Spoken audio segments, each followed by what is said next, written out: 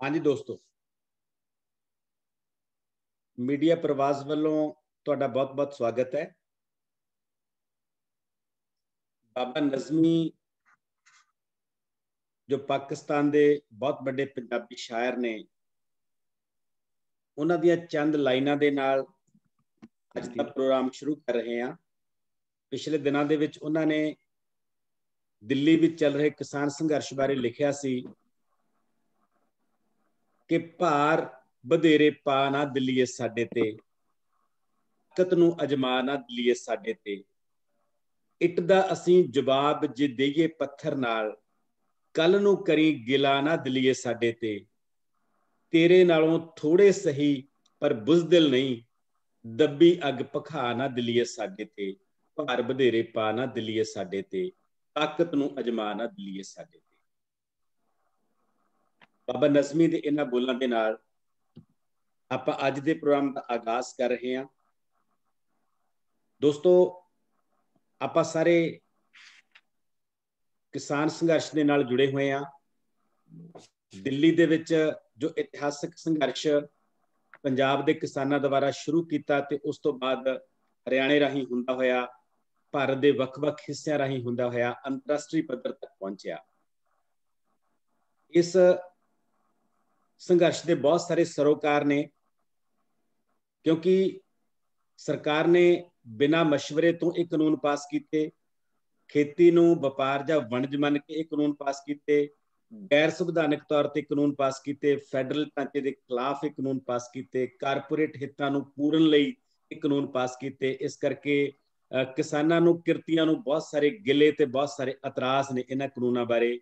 ਅੱਜ ਆਪਾਂ ਇਹਨਾਂ ਕਾਨੂੰਨਾਂ ਦੇ ਅੰਤਰਰਾਸ਼ਟਰੀ ਸਰੋਕਾਰ ਕੀ ਨੇ, ਵਿਸ਼ਵ ਪੱਧਰ ਤੱਕ ਇਹਨਾਂ ਕਾਨੂੰਨਾਂ ਦੇ ਪ੍ਰਤੀ ਕਿਸ ਤਰ੍ਹਾਂ ਦਾ ਰਿਐਕਸ਼ਨ ਹੈ ਤੇ ਕਿਸ ਤਰ੍ਹਾਂ ਦੇ ਪ੍ਰਭਾਵ ਨੇ, ਇਹਨਾਂ ਸਾਰੇ ਮਸਲਿਆਂ ਤੇ ਚਰਚਾ ਕਰਨ ਲਈ ਇਕੱਠੇ ਹੋਏ ਹਾਂ। ਮੀਡੀਆ ਪ੍ਰਵਾਸ ਦਾ ਅੱਜ ਸਪੈਸ਼ਲ ਐਪੀਸੋਡ ਹੈ। ਆਮ ਤੌਰ ਤੇ ਅਸੀਂ ਐਤਵਾਰ ਸ਼ਾਮ ਨੂੰ 8 ਵਜੇ ਤੋਂ ਲੈ ਕੇ 9 ਵਜੇ ਤੱਕ ਇਹ ਪ੍ਰੋਗਰਾਮ ਕਰਦੇ ਹਾਂ, ਪਰ ਹੁਣ ਕਿਸਾਨ ਸੰਘਰਸ਼ ਜਿਵੇਂ ਜਿਵੇਂ ਭਖ ਰਿਹਾ ਹੈ, ਅਸੀਂ ਨਾਲ ਨਾਲ ਇਹ ਕੋਸ਼ਿਸ਼ ਕੀਤੀ ਹੈ ਕਿ ਸ਼ਨੀਵਾਰ ਨੂੰ ਵੀ ਇਸ ਤਰ੍ਹਾਂ ਦਾ ਇੱਕ ਪ੍ਰੋਗਰਾਮ ਕੀਤਾ ਜਾਵੇ, ਸ਼ਨੀਵਾਰ ਤੇ ਐਤਵਾਰ 2 ਦਿਨ। ਤੇ ਅੱਜ ਸ਼ਨੀਵਾਰ ਦੇ ਪ੍ਰੋਗਰਾਮ ਦਾ ਆਗਾਜ਼ ਕਰ ਰਹੇ ਹਾਂ, ਸ਼ਨੀਵਾਰ ਦੀ ਡਿਬੇਟ ਦਾ ਸੰਵਾਦ ਹੈਡ ਟੂ ਹੈਡ ਦੇ ਤਹਿਤ। ਸਾਡੇ ਨਾਲ ਨੇ ਇਸ ਵੇਲੇ ਪ੍ਰੋਫੈਸਰ ਅਜੈਬ ਸਿੰਘ ਟਿਵਾਣਾ ਤੇ ਜਗਪਾਲ ਰੱਲੀ ਜੀ। ਸਭ ਤੋਂ ਪਹਿਲਾਂ ਤਾਂ ਪ੍ਰੋਫੈਸਰ ਅਜੈਬ ਸਿੰਘ ਟਿਵਾਣਾ ਜੀ, ਤੁਹਾਡਾ ਅਸੀਂ ਬਹੁਤ ਬਹੁਤ ਸਵਾਗਤ ਕਰਦੇ ਹਾਂ। ਥੈਂਕ ਯੂ ਸੋ ਮਚ ਜੀ। ਜਗਪਾਲ ਰੱਲੀ ਜੀ, ਤੁਹਾਡਾ ਵੀ ਬਹੁਤ ਬਹੁਤ ਸਵਾਗਤ ਹੈ। ਜਗਪਾਲ ਚਹਿਲ ਉਰਫ ਜਗਪਾਲ ਰੱਲੀ। ਜਗਪਾਲ, ਤੁਸੀਂ ਆਪਣਾ ਸਪੀਕਰ ਔਨ ਕਰੋ, ਮਿਊਟ ਕੀਤਾ ਹੈ ਤੁਸੀਂ।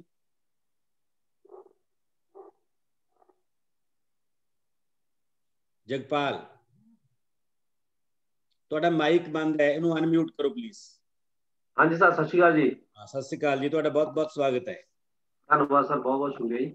ਪ੍ਰੋਫੈਸਰ ਅਜੈਬ ਸਿੰਘ ਟਿਵਾਣਾ ਕਿਸੇ ਜਾਣ ਪਹਿਚਾਣ ਦੇ ਮੁਹਤਾਜ ਨਹੀਂ। ਜਦੋਂ ਵੀ ਕਿਤੇ ਪੰਜਾਬ ਦੇ ਵਿੱਚ ਸੰਘਰਸ਼ਾਂ ਦੀ ਗੱਲ ਚੱਲਦੀ ਹੈ, ਕਿਰਤੀ ਕਿਸਾਨਾਂ, ਵਿਦਿਆਰਥੀਆਂ, ਮਜ਼ਦੂਰਾਂ ਜਾਂ ਹਰ ਹਾਸ਼ੀਆਕ੍ਰਿਤ ਵਰਗ ਦੇ ਸੰਘਰਸ਼ਾਂ ਦੀ ਗੱਲ ਚੱਲਦੀ ਹੈ, ਤਾਂ ਉਹਦੇ ਵਿੱਚ ਅਜੈਬ ਸਿੰਘ ਦਾ ਨਾਮ ਮੋਹਰੀ ਲੋਕਾਂ ਦੇ ਵਿੱਚ ਆਉਂਦਾ ਹੈ। ਆਪਣੇ ਸਮੇਂ ਦੇ ਦੌਰਾਨ PSU ਦੇ ਫਰੰਟ ਤੋਂ ਇਹਨਾਂ ਨੇ ਬਹੁਤ ਸਾਰਾ ਕੰਮ ਕੀਤਾ, ਜੇਲ੍ਹਾਂ ਕੱਟੀਆਂ, ਬਹੁਤ ਸਾਰੇ ਇਹਨਾਂ ਤੇ ਕੇਸ ਹੋਏ। ਉਸ ਤੋਂ ਬਾਅਦ ਅਧਿਆਪਨ ਦੇ ਖੇਤਰ ਦੇ ਵਿੱਚ ਇਹਨਾਂ ਨੇ ਬਹੁਤ ਖੂਬਸੂਰਤ ਕੰਮ ਕੀਤਾ। ਜਿੱਥੇ ਬੱਚਿਆਂ ਨੂੰ ਪੜ੍ਹਾਇਆ, ਉੱਥੇ ਬਹੁਤ ਸਾਰੇ ਨਵੇਂ ਅਧਿਆਪਕ ਪੈਦਾ ਕੀਤੇ। ਤੇ ਹੁਣ ਜਦੋਂ ਰਿਟਾਇਰਮੈਂਟ ਤੋਂ ਬਾਅਦ ਕਿਸੇ ਬੰਦੇ ਦੇ ਆਰਾਮ ਕਰਨ ਦੇ ਦਿਨ ਹੁੰਦੇ ਨੇ, ਆਰਾਮ ਕਰਨ ਦੀ ਉਮਰ ਹੁੰਦੀ ਹੈ, ਇਸ ਉਮਰ ਦੇ ਵਿੱਚ ਦਿੱਲੀ ਦੇ ਬਾਰਡਰਾਂ ਦੇ ਉੱਤੇ, ਕਦੇ ਸਿੰਘੂ ਦੇ ਉੱਤੇ, ਕਦੇ ਟਿਕਰੀ ਦੇ ਉੱਤੇ, ਕਦੇ ਸ਼ਾਹਜਹਾਂਪੁਰ ਬਾਰਡਰ ਤੇ ਜਾ ਕੇ ਦਹਾੜਦੇ ਨੇ ਤੇ ਉਸੇ ਦਮਖਮ ਦੇ ਨਾਲ, ਉਸੇ એનર્ਜੀ ਨਾਲ ਜੁਟੇ ਹੋਏ ਨੇ ਲੋਕ ਹਿੱਤਾਂ ਦੇ ਵਿੱਚ। ਤੋ ਇਹੋ ਜਿਹੇ ਸ਼ਖਸ ਤੇ ਸਾਨੂੰ ਬਹੁਤ ਮਾਣ ਹੈ। ਤੇ ਮੈਨੂੰ ਇਸ ਗੱਲ ਦਾ ਵੀ ਮਾਣ ਹੈ ਕਿ ਅਜੈਬ ਸਿੰਘ ਟਿਵਾਣਾ ਹੋਰੀ ਮੇਰੇ ਨਿੱਜੀ ਦੋਸਤਾਂ ਦੇ ਵਿੱਚ ਇੱਕ ਨੇ। ਇਸੇ ਤਰ੍ਹਾਂ ਜਗਪਾਲ ਰੱਲੀ, ਜਗਪਾਲ ਚਹਿਲ ਬਹੁਤ ਖੂਬਸੂਰਤ ਕਵੀ ਨੇ ਪੰਜਾਬੀ ਦੇ, ਹਮੇਸ਼ਾ ਸੰਗਰਾਮੀ ਭਾਵਨਾ ਦੇ ਨਾਲ ਜੂਝਦੇ ਨੇ, ਕਵਿਤਾਵਾਂ ਵੀ ਉਸੇ ਭਾਵਨਾ ਨਾਲ ਲਿਖਦੇ ਨੇ ਤੇ ਰਣਤੱਤੇ ਦੇ ਵਿੱਚ ਵੀ ਜੂਝਦੇ ਨੇ ਤੇ ਲਗਭਗ 10-12 ਦਿਨ ਲਗਾਤਾਰ ਦਿੱਲੀ ਦੇ ਬਾਰਡਰਾਂ ਤੇ ਲਾ ਕੇ ਆਏ ਨੇ।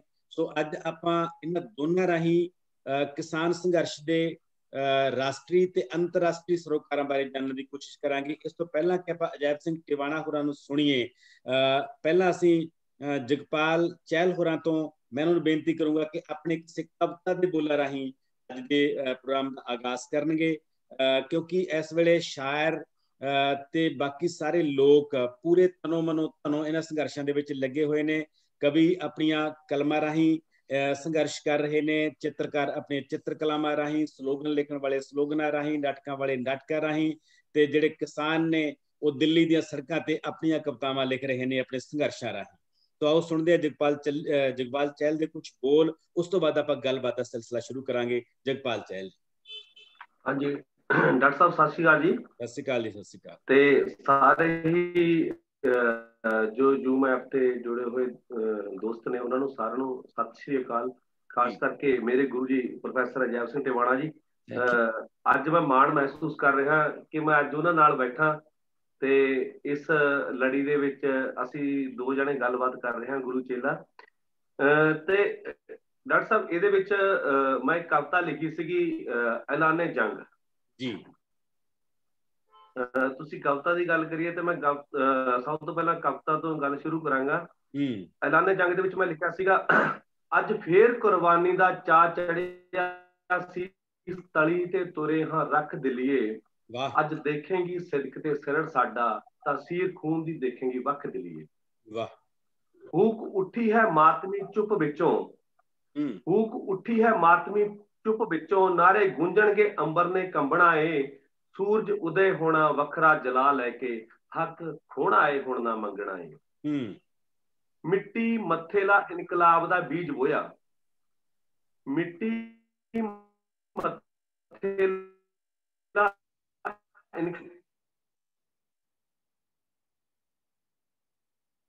ਤੁਹਾਡੀ ਆਵਾਜ਼ ਥੋੜੀ ਜਿਹੀ ਟੁੱਟ ਰਹੀ ਹੈ ਜਗਪਾਲ ਜੀ। ਟੱਪੇ ਸੀਗੇ ਸਾਡੇ ਯੂਥ ਦੇ ਬਲਬੂਤੇ ਦੇ ਨਾਲ ਜੀ।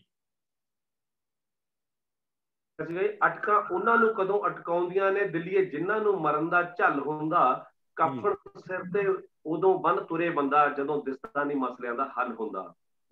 ਕਦੇ ਅਮਨ ਦੇ ਨਾਂ ਤੇ ਅਤਿਆਚਾਰ ਕਰਦੀ, ਕਦੇ ਬਣਾਉਂਦੀ ਹੈ ਢਾਲ ਬਿਮਾਰੀਆਂ ਨੂੰ, ਅਸੀਂ ਸਮਝਦੇ ਹਾਂ ਫਰੇਬਣੇ ਫਰੇਬ ਤੇਰੇ, ਅਸੀਂ ਜਾਣਦੇ ਹਾਂ ਤੇਰੀਆਂ ਮਕਾਰੀਆਂ ਨੂੰ। ਕਾਲਖਾਂ ਹਨੇਰੇ ਅਸੀਂ ਜ਼ਿੰਦਗੀ ਚੋਂ ਹੁੰਝਣੇ, ਮੋੜੀ ਨਵੀਂ ਸਵੇਰ ਦੀ ਗੱਡਣ ਆਏ, ਜਿਨ੍ਹਾਂ ਫਾਹਿਆਂ ਤੇ ਉਮਰਾਂ ਤੋਂ ਰਹੇ ਲਟਕੇ, ਅੱਜ ਉਹਨਾਂ ਫਾਹਿਆਂ ਨੂੰ ਵੱਢਣ ਆਏ। ਤੇਰੀਆਂ ਚਾਲਾਂ ਨੂੰ ਸਿਰੇ ਨਾ ਚੜਨ ਦੇਣਾ, ਤੇਰੀਆਂ ਚਾਲਾਂ ਨੂੰ ਸਿਰੇ ਨਾ ਚੜਨ ਦੇਣਾ, ਜਿਹੜੇ ਦੇਖਦੀ ਤੂੰ ਚੰਦਰੇ ਖੁਆਬ ਦਿਲੀਏ, ਚਹਿਲਾ ਹੱਕਾਂ ਦੀ ਜੰਗ ਦਾ ਬਿਗਲ ਵੱਜਿਆ, ਪਾਈ ਪਾਈ ਦਾ ਹੋਊਗਾ ਹਿਸਾਬ ਦਿਲੀਏ, ਪਾਈ ਪਾਈ ਦਾ ਹੋਵੇਗਾ ਹਿਸਾਬ ਦਿਲੀਏ। ਇਹ ਡਾਕਟਰ ਸਾਹਿਬ ਇੱਕ ਕਵਿਤਾ ਸੀ ਜਿਹੜੀ ਇਸ ਸੰਘਰਸ਼ ਦੇ ਤਹਿਤ ਮੈਂ ਲਿਖੀ। ਵਾਹ, ਬਹੁਤ ਵਧੀਆ, ਬਹੁਤ ਵਧੀਆ। ਇੱਕ ਜਿਹੋ ਜੀ ਜਗਪਾਲ ਨੇ ਕਵਿਤਾ ਲਿਖੀ ਹੈ, ਉਸੇ ਤਰ੍ਹਾਂ ਹੀ ਜਗਪਾਲ ਉਸੇ ਜੋਸ਼ ਦੇ ਨਾਲ ਦਿੱਲੀ ਦੇ ਬਾਰਡਰਾਂ ਦੇ ਉੱਤੇ ਲਗਾਤਾਰ ਸਰਗਰਮ ਹੈ। ਤੇ ਪਿਛਲੇ ਦਿਨੀ ਸ਼ਾਹਜਹਾਂਪੁਰ ਬਾਰਡਰ ਤੇ ਜਾ ਕੇ ਆਏ ਨੇ ਜਗਪਾਲ ਹੋਣੀ। ਪ੍ਰੋਫੈਸਰ ਅਜੈਬ ਸਿੰਘ ਹੋਰੀ ਵੀ ਉਹਨਾਂ ਦੇ ਨਾਲ ਸੀ ਉਸ ਵੇਲੇ। ਇਸ ਤੋਂ ਪਹਿਲਾਂ ਕਿ ਅਸੀਂ ਅਜੈਬ ਸਿੰਘ ਹੋਰਾਂ ਨਾਲ ਗੱਲ ਕਰੀਏ, ਪਹਿਲਾਂ ਮੈਂ ਜਗਪਾਲ ਤੁਹਾਡੇ ਤੋਂ ਜਾਣਨਾ ਚਾਹੁੰਦਾ ਕਿ ਤੁਹਾਡੀ ਉੱਥੇ ਕੀ ਅੱਖੀਂ ਦੇਖੀ ਅਸਲੀਅਤ ਸੀ, ਕਿਵੇਂ ਤੁਸੀਂ ਮਹਿਸੂਸ ਕੀਤਾ ਸ਼ਾਹਜਹਾਂਪੁਰ ਬਾਰਡਰ ਦੇ ਉੱਤੇ, ਕਿਵੇਂ ਬੈਰੀਕੇਡ ਤੋੜੇ? ਕਿਉਂਕਿ ਸ਼ਾਹਜਹਾਂਪੁਰ ਬਾਰਡਰ ਬਹੁਤ ਬਾਅਦ ਦੇ ਵਿੱਚ ਸਰਗਰਮ ਹੋਇਆ, ਪਹਿਲਾਂ ਟਿਕਰੀ ਤੇ ਸਿੰਘੂ ਬਾਰਡਰ ਬਹੁਤ ਸਰਗਰਮ ਰਹੇ ਨੇ, ਆਮ ਲੋਕਾਂ ਨੇ ਉਹਦੇ ਬਾਰੇ ਸੁਣਿਆ ਵੀ ਬਹੁਤ ਘੱਟ ਹੈ। ਥੋੜਾ ਜਿਹਾ ਆਪਣਾ ਅੱਖੀਂ ਦੇਖਿਆ ਹਾਲ ਉਸ ਬਾਰਡਰ ਬਾਰੇ ਸਾਡੇ ਨਾਲ ਸਾਂਝਾ ਕਰੋ। ਜੀ ਡਾਕਟਰ ਸਾਹਿਬ। ਡਾਕਟਰ ਸਾਹਿਬ ਏਦਾਂ ਹੈ ਵੀ ਜਿਹੜਾ ਆਪਣਾ ਸਿੰਘੂ ਬਾਰਡਰ ਸੀਗਾ, ਸਭ ਤੋਂ ਪਹਿਲਾਂ ਜਿਹੜੇ ਬੈਰੀਕੇਡ ਟੁੱਟੇ ਉਹ ਸਾਡੇ ਸ਼ੰਭੂ ਬਾਰਡਰ ਦੇ ਉੱਤੇ ਟੁੱਟੇ ਜੀ। ਤੇ ਸਾਡੇ ਯੂਥ ਦੇ ਨੇ ਉਹ ਬੈਰੀਕੇਡ ਤੋੜੇ ਤੇ ਸਾਡੀਆਂ ਜਥੇਬੰਦੀਆਂ ਨੇ ਉਹਨਾਂ ਦੇ ਨਾਲ ਜਿਹੜਾ ਹੈ ਲਾ ਕੇ ਅੱਗੇ ਮੋਰਚਾ ਮੱਲਿਆ। ਇਸੇ ਤਰ੍ਹਾਂ ਖਨੌਰੀ ਬਾਰਡਰ ਟੁੱਟਿਆ ਤੇ ਉਸ ਤੋਂ ਬਾਅਦ ਉਹ ਟਿਕਰੀ ਤੇ ਪਹੁੰਚੇ। ਦੂਜੇ ਪਾਸੇ ਜਦੋਂ ਅਸੀਂ ਦੇਖਦੇ ਹਾਂ ਕਿ ਯੂਪੀ ਵਾਲੇ ਸਾਥੀ ਨੇ ਜਿਹੜੇ ਉਹ ਗਾਜੀਪੁਰ ਵੀ ਜਿਹੜੇ ਹੈਗੇ ਦਿੱਲੀ ਬਾਰਡਰ ਦੇ ਉੱਤੇ ਬੈਠੇ ਨੇ ਜੀ। ਯੂਪੀ ਤੇ ਉੱਤਰਾਖੰਡ ਦੇ ਜਿਹੜੇ ਕਿਸਾਨ ਜਥੇਬੰਦੀਆਂ ਨੇ ਉੱਥੇ ਬੈਠੀਆਂ ਨੇ ਜੀ। ਪਰ ਕਿਉਂਕਿ ਇਹ ਬਹੁਤ ਬਾਅਦ ਦੇ ਵਿੱਚ ਸ਼ੁਰੂ ਹੋਇਆ ਸੀ ਜਿਹੜਾ ਸ਼ਾਹਜਹਾਂਪੁਰ ਬਾਰਡਰ ਸੀਗਾ, ਇਹ ਰਾਜਸਥਾਨ ਤੋਂ ਚੱਲ ਕੇ ਜਿਹੜਾ ਹੈਗਾ ਸੀ ਇਹਨੂੰ ਹਰਿਆਣੇ ਦੇ ਉੱਤੇ ਰੋਕ ਲਿਆ ਗਿਆ ਜੀ। ਉੱਥੇ ਯੂਥ ਦੇ ਵਿੱਚ ਇੱਕ ਗੱਲ ਇਹ ਸੀਗੀ ਵੀ ਜਦੋਂ ਜਿਹੜੇ ਤਿੰਨ ਮੋਰਚੇ ਨੇ ਉਹ ਦਿੱਲੀ ਦੇ ਬਾਰਡਰ ਦੇ ਉੱਤੇ ਲੱਗੇ ਹੋਏ ਨੇ, ਤਾਂ ਅਸੀਂ ਹਰਿਆਣੇ ਤੇ ਰਾਜਸਥਾਨ ਦੇ ਬਾਰਡਰ ਦੇ ਉੱਤੇ ਕਿਉਂ ਬੈਠੇ ਹਾਂ? ਇਹਦੇ ਮੱਦੇਨਜ਼ਰ ਹੀ ਕੀ ਹੋਇਆ, ਉੱਥੇ ਯੂਥ ਨੇ ਫੈਸਲਾ ਕੀਤਾ 31 ਦਸੰਬਰ ਨੂੰ ਵੀ ਇਹ ਬਾਰਡਰ ਉਲੰਘਿਆ ਜਾਵੇ। ਪਰ ਜਿਹੜੇ ਲੀਡਰਸ਼ਿਪ ਸੀਗੀ, ਬੇਸ਼ੱਕ ਉਹ ਜਿਹੜਾ ਹੈਗਾ ਸੀਗਾ ਸਹਿਮਤ ਸੀ ਜਾਂ ਨਹੀਂ ਸੀ, ਉਹ ਵੱਖਰਾ ਸਵਾਲ ਹੈਗਾ, ਲੇਕਿਨ ਉਹਨਾਂ ਨਾਲ ਉਸ ਟਾਈਮ ਸਹਿਮਤ ਨਹੀਂ ਸੀ ਵੀ ਤੁਸੀਂ ਅੱਜ ਇਹ ਬਾਰਡਰ ਉਲੰਘੋ। ਉਹਨਾਂ ਦਾ ਇਹ ਸੀ ਵੀ ਜਦੋਂ ਸੰਯੁਕਤ ਮੋਰਚੇ ਦਾ ਸਾਨੂੰ ਫੈਸਲਾ ਆਉਂਦਾ ਹੈਗਾ ਵੀ ਇਹ ਆਪਣਾ ਬਾਰਡਰ ਉਲੰਘਿਆ ਜਾਵੇ, ਅਸੀਂ ਉਦੋਂ ਉਲੰਘਾਂਗੇ। ਪਰ ਯੂਥ ਦੇ ਵਿੱਚ ਇੱਕ ਚੀਜ਼ ਜਿਹੜੀ ਮੇਨ ਭਾਰੀ ਇਹ ਸੀਗੀ ਵੀ ਜਦੋਂ 3 ਮੋਰਚੇ ਨੇ ਜਿਹੜੇ ਦਿੱਲੀ ਦੇ ਬਾਰਡਰ ਤੇ ਲੱਗੇ ਹੋਏ ਨੇ, ਤਾਂ ਅਸੀਂ ਇੰਨਾ ਪਿੱਛੇ ਕਿਉਂ? ਉਸੇ ਤਹਿਤ ਡਾਕਟਰ ਸਾਹਿਬ ਉਹਨਾਂ ਨੇ ਜਿਹੜਾ ਹੈਗਾ ਸੀਗਾ 31 ਦਸੰਬਰ ਨੂੰ ਬਾਰਡਰ ਤੋੜਿਆ। ਉਸ ਬਾਰਡਰ ਦੇ ਵਿੱਚ ਮਨਦੀਪ ਹੋਣੀ ਨੇ, ਜਿਨ੍ਹਾਂ ਦੇ ਸਿਰ ਦੇ ਵਿੱਚ 4 ਟਾਂਕੇ ਲੱਗੇ, ਇੱਕ ਮੁੰਡੇ ਦੇ ਜਿਹੜਾ ਹੈਗਾ ਇੰਜਰੀ ਆਈ, ਅੱਡੀ ਫ੍ਰੈਕਚਰ ਹੋਈ ਲਾਠੀ ਚਾਰਜ ਦੇ ਤਹਿਤ, ਤੇ ਇੱਕ ਜਿਹੜਾ ਲੜਕਾ ਸੀਗਾ ਉਸ ਦੇ ਵਿੱਚ ਕੀ ਹੋਇਆ, ਜਦੋਂ ਉਹ ਬੈਰੀਕੇਡ ਤੋੜ ਰਹੇ ਸੀ ਤਾਂ ਟਰੈਕਟਰ ਦਾ ਟਾਇਰ ਲੱਗ ਗਿਆ, ਤਾਂ ਉਹਦੇ ਤੇ ਪਿੰਜਣੀ ਹੈ ਜਿਹੜੀ ਉਹ ਫ੍ਰੈਕਚਰ ਹੋ ਗਈ ਤੇ ਉਹਦੇ ਰੋਡ ਪਿਆ ਹੈਗਾ ਜੀ। ਉੱਥੋਂ ਉਹ ਜਿਹੜੇ ਯੂਥ ਸੀਗਾ ਉਹ 30-35 ਟਰਾਲੀਆਂ ਦੇ ਨਾਲ ਤੇ ਉਸ ਤੋਂ ਬਾਅਦ ਕਾਰਾਂ ਦੇ ਨਾਲ 19 ਗੱਡੀਆਂ ਦੇ ਨਾਲ ਉਹ ਬਾਰਡਰ ਲੰਘ ਗਿਆ। ਤੇ ਅੱਗੇ ਮੇ ਵੀ ਧਾਰੂ ਹੇੜਾ ਏਦਾਂ ਦਾ ਨਾਮ ਪੈਂਦਾ ਹੈਗਾ, ਉੱਥੇ ਆ ਕੇ ਉਹਨਾਂ ਨੂੰ ਸਲਿੱਪਰੀ ਰੋਡ ਤੇ ਉਤਾਰ ਲਿਆ ਗਿਆ ਜੀ। ਸਮੱਸਿਆ ਉੱਥੇ ਥੋੜੀ ਜਿਹੀ ਇਹ ਆਈ ਕਿ ਉਹਨਾਂ ਕੋਲੇ ਬੇਸਿਕਲੀ ਲੀਡ ਕਰਨ ਵਾਲਾ ਕੋਈ ਲੀਡਰ ਨਹੀਂ ਸੀਗਾ ਜਿਹੜਾ ਉਹਨਾਂ ਨੂੰ ਪ੍ਰੋਪਰ ਲੈ ਕੇ ਜਾ ਸਕਦਾ ਸੀ। ਉਸ ਤੋਂ ਬਾਅਦ ਜਿਹੜੇ ਉਹਨਾਂ ਦੇ ਸਾਥੀ ਸੀਗੇ, ਜਿਹੜੇ ਉੱਥੇ ਬਰਕਰਾਰ ਬਣੇ ਹੋਏ ਸੀਗੇ ਦੂਸਰੀਆਂ ਜਥੇਬੰਦੀਆਂ ਦੇ ਨਾਲ, ਉਹਨਾਂ ਨੇ ਕਿਉਂਕਿ ਉਹਨਾਂ ਨੂੰ ਪ੍ਰੈਸ਼ਰ ਸੀਗਾ, ਉਹਨਾਂ ਦੇ ਆਪਣੇ ਲੜਕੇ ਸੀ ਜਿਹੜੇ ਉਹ ਉੱਥੇ ਗਏ ਹੋਏ ਸੀਗੇ, ਅੱਗੇ ਲੰਘੇ ਹੋਏ ਸੀ 25 ਕਿਲੋਮੀਟਰ ਅੱਗੇ ਲੰਘੇ ਹੋਏ ਸੀਗੇ ਜੀ। ਤੇ ਉਹਨਾਂ ਨੂੰ ਇਹ ਵੀ ਪ੍ਰੈਸ਼ਰ ਸੀ ਵੀ ਸਾਡੇ ਬੱਚੇ ਨੇ ਉੱਥੇ, ਪਤਾ ਨਹੀਂ ਉਹਨਾਂ ਨਾਲ ਕੀ ਬੀਤਦੀ ਹੋਏਗੀ ਤੇ ਸਾਨੂੰ ਉਹਨਾਂ ਦਾ ਸਾਥ ਦੇਣਾ ਬਣਦਾ ਹੈਗਾ। 3 ਦਸੰਬਰ ਨੂੰ ਉਹਨਾਂ ਨੇ ਜਿਹੜਾ ਹੈਗਾ ਸੀ ਅਗਲਾ ਬੈਰੀਕੇਡ ਤੋੜਿਆ। ਮੈਨੂੰ 2 ਗੱਲਾਂ ਦੇ ਉੱਤੇ ਮਾਣ ਮਹਿਸੂਸ ਹੁੰਦਾ ਡਾਕਟਰ ਸਾਹਿਬ, ਵੀ ਇੱਕ ਤਾਂ ਇਹ ਵੀ ਮੈਂ ਜਿਹੜਾ ਹੈਗਾ 2000 ਤੋਂ ਲੈ ਕੇ ਹੁਣ ਤੱਕ ਸੰਘਰਸ਼ ਦੇ ਵਿੱਚ ਰਹਾਂਗਾ ਸਾਡੀਆਂ ਅਧਿਆਪਕ ਜਥੇਬੰਦੀਆਂ ਦੇ ਦੌਰਾਨ ਜੀ। ਪਰ ਉਹ ਅਧਿਆਪਕ ਜਾਂ ਮੁਲਾਜ਼ਮ ਜਥੇਬੰਦੀਆਂ ਦੇ ਵਿੱਚ ਹੀ ਸੰਘਰਸ਼ੀਲ ਸੀਗਾ, ਲੇਕਿਨ ਕਿਸਾਨ ਜਥੇਬੰਦੀ ਦੇ ਵਿੱਚ ਜਦੋਂ ਤੋਂ ਇੱਕ ਸੰਘਰਸ਼ ਚੱਲਿਆਗਾ ਉਹ ਤੋਂ ਮੈਂ ਜਿਹੜਾ ਹੈਗਾ ਕਾਰਜਸ਼ੀਲ ਹੋਇਆਗਾ। ਇੱਕ ਤਾਂ ਇਹ ਸੀਗਾ ਵੀ ਕਿਸਾਨਾਂ ਦੇ ਨਾਲ ਲੱਗ ਕੇ ਉਹ ਬਾਰਡਰ ਤੋੜਨ ਦਾ ਜਿਹੜਾ ਸੁਭਾਗ ਆ ਉਹ ਮੈਨੂੰ ਪ੍ਰਾਪਤ ਹੋਇਆ। ਤੇ ਦੂਸਰਾ ਇਹ ਮੈਂ ਪ੍ਰੋਫੈਸਰ ਅਜੈਬ ਸਿੰਘ ਟਿਵਾਣਾ ਹੋਣਾ ਨਾਲ, ਜਿਹੜੇ ਮੇਰੇ ਗੁਰੂ ਜੀ ਨੇ, ਉਹਨਾਂ ਨਾਲ ਪਹਿਲੀ ਵਾਰ ਜਿਹੜਾ ਹੈਗਾ ਉਹ ਸੰਘਰਸ਼ ਦੇ ਵਿੱਚ ਉਹਨਾਂ ਦਾ ਜਜ਼ਬਾ ਦੇਖਿਆ, ਉਹਨਾਂ ਦੀ ਨਸੀਹਤ ਦੇਖੀ ਤੇ ਉਹਨਾਂ ਦੀ ਅਗਵਾਈ ਦੇਖੀ, ਤੇ ਉਸੇ ਤਹਿਤ ਅਸੀਂ ਅੱਗੇ ਗਏ। ਜਦੋਂ ਉਹ ਤੋੜਿਆ, ਉੱਥੋਂ ਸ਼ਾਹਜਹਾਂਪੁਰ ਤੋਂ ਜਿਹੜੀ ਫੋਰਸ ਸੀ, ਕਿਉਂਕਿ ਉਹ ਰਾਜਸਥਾਨ ਦੀ ਲੱਗੀ ਹੋਈ ਸੀ, ਰਾਜਸਥਾਨ ਨੇ ਉਹਦਾ ਕੋਈ ਖਾਸ ਵਿਰੋਧ ਨਹੀਂ ਕੀਤਾ। ਜਦੋਂ ਵਿਰੋਧ ਨਹੀਂ ਕੀਤਾ, ਉੱਥੋਂ ਇੱਕ ਹੌਸਲਾ ਅਫਜ਼ਾਈ ਹੋਈ ਤੇ ਉੱਥੋਂ ਅਸੀਂ ਅੱਗੇ ਤੁਰੇ।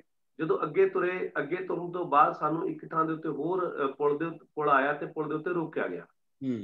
ਪਰ ਉੱਥੇ ਜਿਹੜੀ ਬੈਰੀਕੇਡ ਲਾਏ ਗਏ ਟਰੱਕ, ਉਹਨਾਂ ਨੇ ਜਿਹੜਾ ਹੈਗਾ ਉਹ ਅੱਗੇ ਲਾਏ, ਪਰ ਉੱਥੋਂ ਦੀ ਜਗ੍ਹਾ ਹੈ ਸੀ ਜਿੱਥੋਂ ਅਸੀਂ ਬੈਰੀਕੇਡ ਤੋੜ ਕੇ ਅੱਗੇ ਲੰਘ ਸਕਦੇ ਸੀਗੇ। ਉੱਥੋਂ ਅਸੀਂ ਅੱਗੇ ਲੰਘੇ, ਉਹ ਬੈਰੀਕੇਡ ਤੋੜੇ ਤੇ ਧਾਰੂ ਹੇੜਾ ਤੋਂ ਉਹਨਾਂ ਸਾਥੀਆਂ ਨੂੰ ਜਿਹੜੇ ਉਹ ਸਾਈਡ ਦੇ ਉੱਤੇ ਬੈਠੇ ਸੀਗੇ ਉਹਨਾਂ ਨੂੰ ਨਾਲ ਲਿਆ। ਤੇ ਉੱਥੇ ਤੱਕ ਪ੍ਰਸ਼ਾਸਨ ਕੋਲੇ ਇੰਨਾ ਟਾਈਮ ਨਹੀਂ ਸੀ ਕਿ ਟਾਈਮ ਵੀ ਨਹੀਂ ਸੀ, ਇੰਨੀ ਫੋਰਸ ਵੀ ਨਹੀਂ ਸੀ ਕਿ ਉਹ ਉਸ ਸਾਰੇ ਜਿਹੜਾ ਯੂਥ ਨੂੰ ਤੇ ਉਸ ਇੱਕ ਜੋਸ਼ ਨੂੰ ਰੋਕ ਸਕੇ। ਉਹਨਾਂ ਨੇ ਸਾਰੇ ਯੂਥ ਨੇ ਬੜੇ ਕਮਾਲ ਨਾਲ ਉਹ ਚੀਜ਼ਾਂ ਅਸੀਂ ਜੋ ਦੇਖਦੇ ਹਾਂ, ਜਿਸ ਤਰ੍ਹਾਂ ਅਸੀਂ ਪਿਛਲੀਆਂ ਵੀਡੀਓਜ਼ ਦੇਖੀਆਂ ਨੇ, ਜਦੋਂ ਸ਼ੰਭੂ ਬਾਰਡਰ ਤੋੜਿਆ ਗਿਆ, ਬੈਰੀਕੇਡ ਨੇ ਜਿਹੜੇ ਉਹ ਦਰਿਆ ਦੇ ਵਿੱਚ ਸੁੱਟੇ ਗਏ, ਉਸੇ ਤਰ੍ਹਾਂ ਉੱਥੇ ਵੀ ਖਾਈਆਂ ਭਰੀਆਂ ਗਈਆਂ। ਨੌਜਵਾਨਾਂ ਦੇ ਵਿੱਚ ਜੋ ਜੋਸ਼ ਸੀਗਾ ਮੇਰੇ ਖਿਆਲ ਦੇ ਵਿੱਚ ਲਾਜਵਾਬ ਸੀ, ਜੋ ਸਮਝਦਾਰੀ ਸੀ ਉਹ ਵੀ ਲਾਜਵਾਬ ਸੀਗੀ। ਉੱਥੋਂ 2 ਕਾਫਲੇ ਸੀ ਜਿਹੜੇ ਡਾਕਟਰ ਸਾਹਿਬ ਉਹ ਇਕੱਠੇ ਹੋਏ, ਇੱਕ ਪਿੱਛੋਂ ਆਇਆ ਸਾਡਾ ਕਾਫਲਾ ਸੀਗਾ ਤੇ ਦੂਸਰਾ ਕਾਫਲਾ ਸੀ ਜਿਹੜੇ ਉੱਥੇ ਬੈਠੇ ਨੌਜਵਾਨ ਸੀਗੇ। ਉਸ ਤੋਂ ਬਾਅਦ ਜਦੋਂ ਅਸੀਂ ਅੱਗੇ ਵਧਣ ਤੋਂ ਬਾਅਦ ਜਿਹੜਾ ਪ੍ਰਸ਼ਾਸਨ ਸੀਗਾ, ਪ੍ਰਸ਼ਾਸਨ ਨੇ ਇੱਕ ਇਸ ਤਰ੍ਹਾਂ ਦੀ ਸਾਜ਼ਿਸ਼ ਰਚੀ ਵੀ ਉੱਥੋਂ ਅੱਗੇ ਆਉਣ ਤੋਂ ਬਾਅਦ ਸਾਨੂੰ ਮਿਸਾਣੀ ਦੇ ਥਾਂ ਦੇ ਉੱਤੇ ਪੁਲ ਦੇ ਉੱਤੇ ਰੋਕ ਲਿਆ ਗਿਆ ਜੀ। ਕਿਉਂਕਿ ਉਹ ਜਿਹੜਾ ਹਾਈਵੇ ਹੈਗਾ, ਉਹ ਹਾਈਵੇ ਦਿੱਲੀ ਜੈਪੁਰ ਹਾਈਵੇ ਹੈਗਾ, ਉਹ ਉਸ ਆਪਣਾ ਪੁਲ ਦੇ ਥੱਲੋਂ ਦੀ ਗੁਜ਼ਰਦਾ ਸੀਗਾ ਤੇ ਸਾਈਡਾਂ ਦੇ ਉੱਤੋਂ ਜਾਣ ਵਾਸਤੇ ਕੋਈ ਵੀ ਜਗ੍ਹਾ ਨਹੀਂ ਸੀ। ਪੁਲਿਸ ਨੇ ਉੱਥੇ ਕੰਟੇਨਰ ਲਾਤੇ ਤੇ ਜ਼ਬਰਦਸਤੀ ਟਰੱਕਾਂ ਵਾਲਿਆਂ ਦੀ ਜਿਹੜੇ ਹੈਗੇ ਸੀਗੇ ਵੀਰ, ਉਹਨਾਂ ਦੀ ਹਵਾ ਕੱਢ ਕੇ ਉੱਥੇ ਟਰੱਕ ਲਗਾ ਦਿੱਤੇ ਗਏ।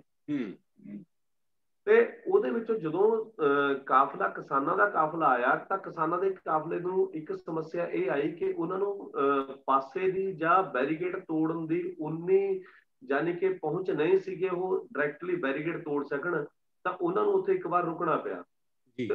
ਪ੍ਰਸ਼ਾਸਨ ਨੇ ਜਿਹੜਾ ਹੈਗਾ ਸੀਗਾ ਬਿਲਕੁਲ ਪੁਲ ਦੇ ਉੱਪਰ ਸੀ ਜਿਹੜਾ, ਉਹ ਆਪਣੀਆਂ ਜਿਹੜੀਆਂ ਅਥਰੂ ਗੈਸ ਦੀਆਂ ਅਸੀਂ ਆਪਣਾ ਲਾਏ ਹੋਏ ਸੀਗੇ, ਤੇ ਜਿਹੜੇ ਆਪਣਾ ਸੀਗਾ ਵਾਟਰ ਕੈਨਨ ਸੀਗੇ ਉਹ ਲਾਏ ਹੋਏ ਸੀਗੇ।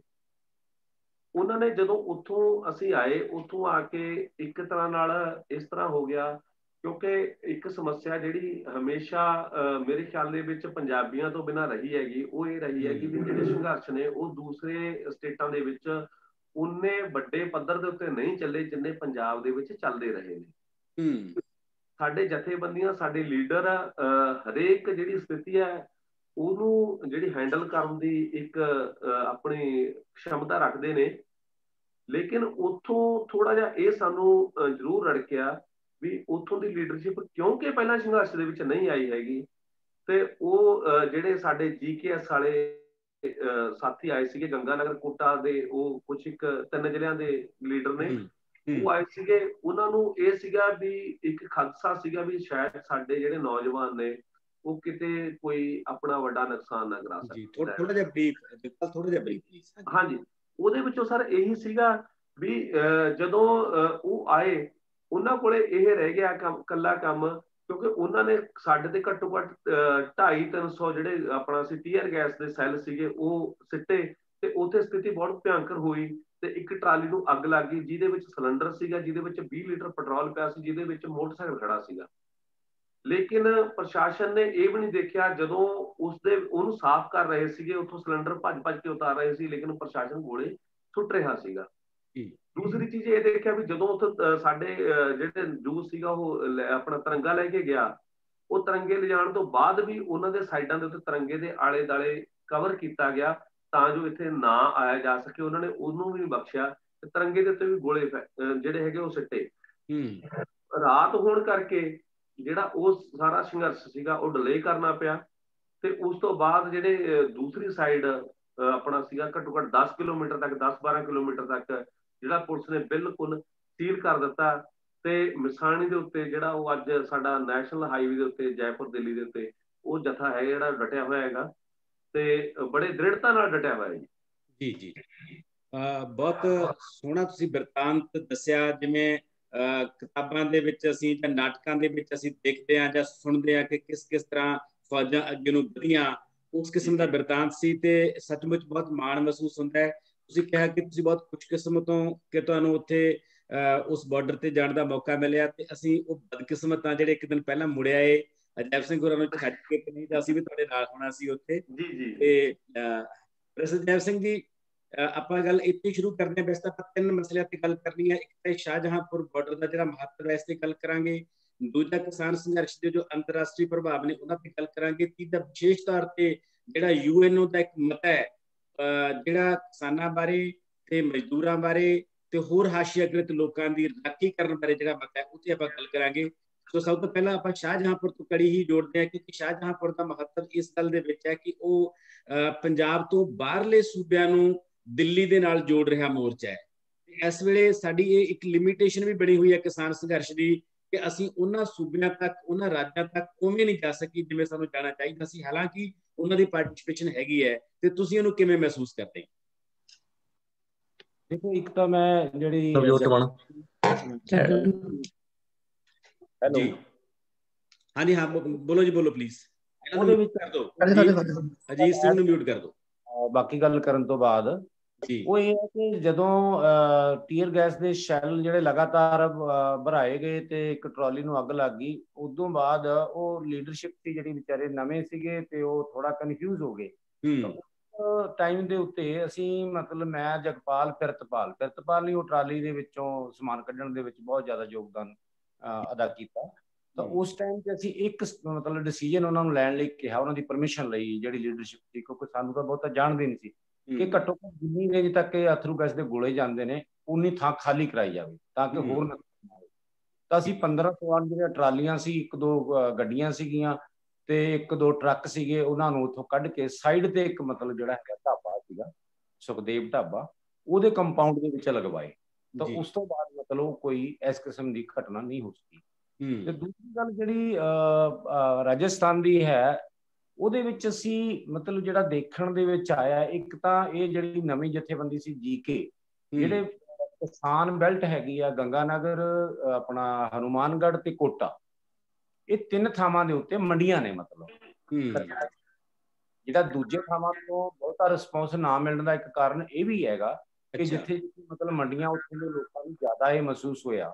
ਤਾਂ ਉਹਨਾਂ ਦੀ ਭਾਵੇਂ ਉਸ ਤਰ੍ਹਾਂ ਦੀ ਬਕਾਇਦਾ ਕੋਈ ਪੁਰਾਣੀ ਜਥੇਬੰਦੀ ਨਹੀਂ ਸੀਗੀ, ਤਾਂ ਆਪ ਮੁਹਾਰੇ ਉਹ ਆਰਗੇਨਾਈਜ਼ ਹੋਏ ਤੇ ਰਿਐਕਸ਼ਨ ਕੀਤਾ ਉਹਨਾਂ ਨੇ ਕਲੈਕਸ਼ਨਾਂ ਵਗੈਰਾ ਕਰਕੇ। ਤੇ ਅਗਲੀ ਗੱਲ ਇਹ ਹੈ, ਉਹ ਤੁਸੀਂ ਪਹਿਲਾਂ ਵੀ ਨੋਟ ਕੀਤੀ ਹੈ ਕਿ ਜਿਹੜਾ ਪੰਜਾਬੀਆਂ ਦਾ ਇੱਕ ਵਿਰਸੇ ਦੀ ਵੀ ਜੁਝਾਰੂ, ਇਹਨਾਂ ਦੀਆਂ ਭਾਵੇਂ ਜਿਓਗ੍ਰਾਫੀਕਲ ਕੰਡੀਸ਼ਨਸ ਹੈਗੀਆਂ ਪੰਜਾਬ ਦੀਆਂ, ਉਹ ਸਾਰੇ, ਬਲਕਿ ਉਹਨਾਂ ਚੋਂ ਇੱਕ ਮੁੰਡਾ ਤਾਂ ਸਾਨੂੰ ਬੜਾ ਹੱਸਿਆ ਜਦੋਂ ਅਸੀਂ ਬਾਅਦ ਚ ਗੱਲਾਂ ਬਾਤਾਂ ਕੀਤੀਆਂ, ਉਹ ਮਸਾਣੀ ਬਰਾਜ ਕੋਲੇ ਐਕਸ਼ਨ ਤੋਂ ਬਾਅਦ, ਤਾਂ ਉਹ ਮੁੰਡਾ ਜਿਹੜਾ ਇਹਦਾ ਜ਼ਖਮੀ ਹੋਇਆ, ਜਿਹਦੇ ਟੰਕੇ ਲੱਗਿਆ 4, ਉਹਦਾ ਤਾਏ ਦਾ ਬੇਟਾ ਸੀ, ਉਹਨੇ ਇੱਕ ਬੜੀ ਖੂਬਸੂਰਤ ਗੱਲ ਕਹੀ, ਕਹਿੰਦਾ ਜੀ ਹੈ ਤਾਂ ਅਸੀਂ ਤੁਹਾਡੇ ਨਾਲ ਦੇ ਸੀ, ਤੇ ਜਦੋਂ ਦੇਸ਼ ਦੀ ਵੰਡ ਹੋਈ ਨਾ, ਉਦੋਂ ਹਨੂਮਾਨਗੜ੍ਹ ਤੇ ਗੰਗਾਨਗਰ ਦੇ ਅੱਗੇ ਲੀਕ ਮਾਰਨੀ ਰਹਿ ਗਈ। ਕਿਆ ਬਾਤ ਹੈ, ਕਿਆ ਬਾਤ ਹੈ, ਕਿਆ ਬਾਤ ਹੈ। ਕਹਿੰਦਾ ਉਹ ਲੀਕ ਵੀ ਕਸੂਰ ਹੈ, ਕਹਿੰਦਾ ਇਹ ਗੱਲ ਸੀਗੀ ਜੀ। ਇਹ ਗੱਲ ਮੈਂ ਇਹਦੇ ਨਾਲ ਹੀ ਜੋੜਦੇ ਹਾਂ ਵੀ ਜਿਹੜੇ ਬਾਕੀ ਸਟੇਟਾਂ ਦੀ ਸਟਰਗਲ ਹੈਗੀ ਹੈ, ਉਹਦੇ ਵਿੱਚ ਇੱਕ ਜਿਹੜੀ ਸੀਰੀਅਸ ਮਤਲਬ ਨੋਟ ਕਰਨ ਵਾਲੀ ਗੱਲ ਹੈ ਸਾਡੀ ਸੰਯੁਕਤ ਕਿਸਾਨ ਮੋਰਚੇ ਦੀ ਲੀਡਰਸ਼ਿਪ ਨੂੰ, ਉਹ ਇਹ ਹੈ ਕਿ ਜਿਹੜੀਆਂ ਮੱਧ ਪ੍ਰਦੇਸ਼ ਹੈਗਾ ਜਾਂ ਦੂਸਰੀਆਂ ਸਦਰਨ ਸਟੇਟਸ ਨੇ, ਉਹਦੇ ਵਿੱਚ RSS ਵੱਲੋਂ ਇੱਕ ਬਕਾਇਦਾ ਕੰਪੇਨ ਆਈ ਹੈ, ਜਿਹਦੇ ਵਿੱਚ 2 ਗੱਲਾਂ ਮਤਲਬ ਪਬਲਿਕ 'ਚ ਰੱਖ ਰਹੇ ਨੇ।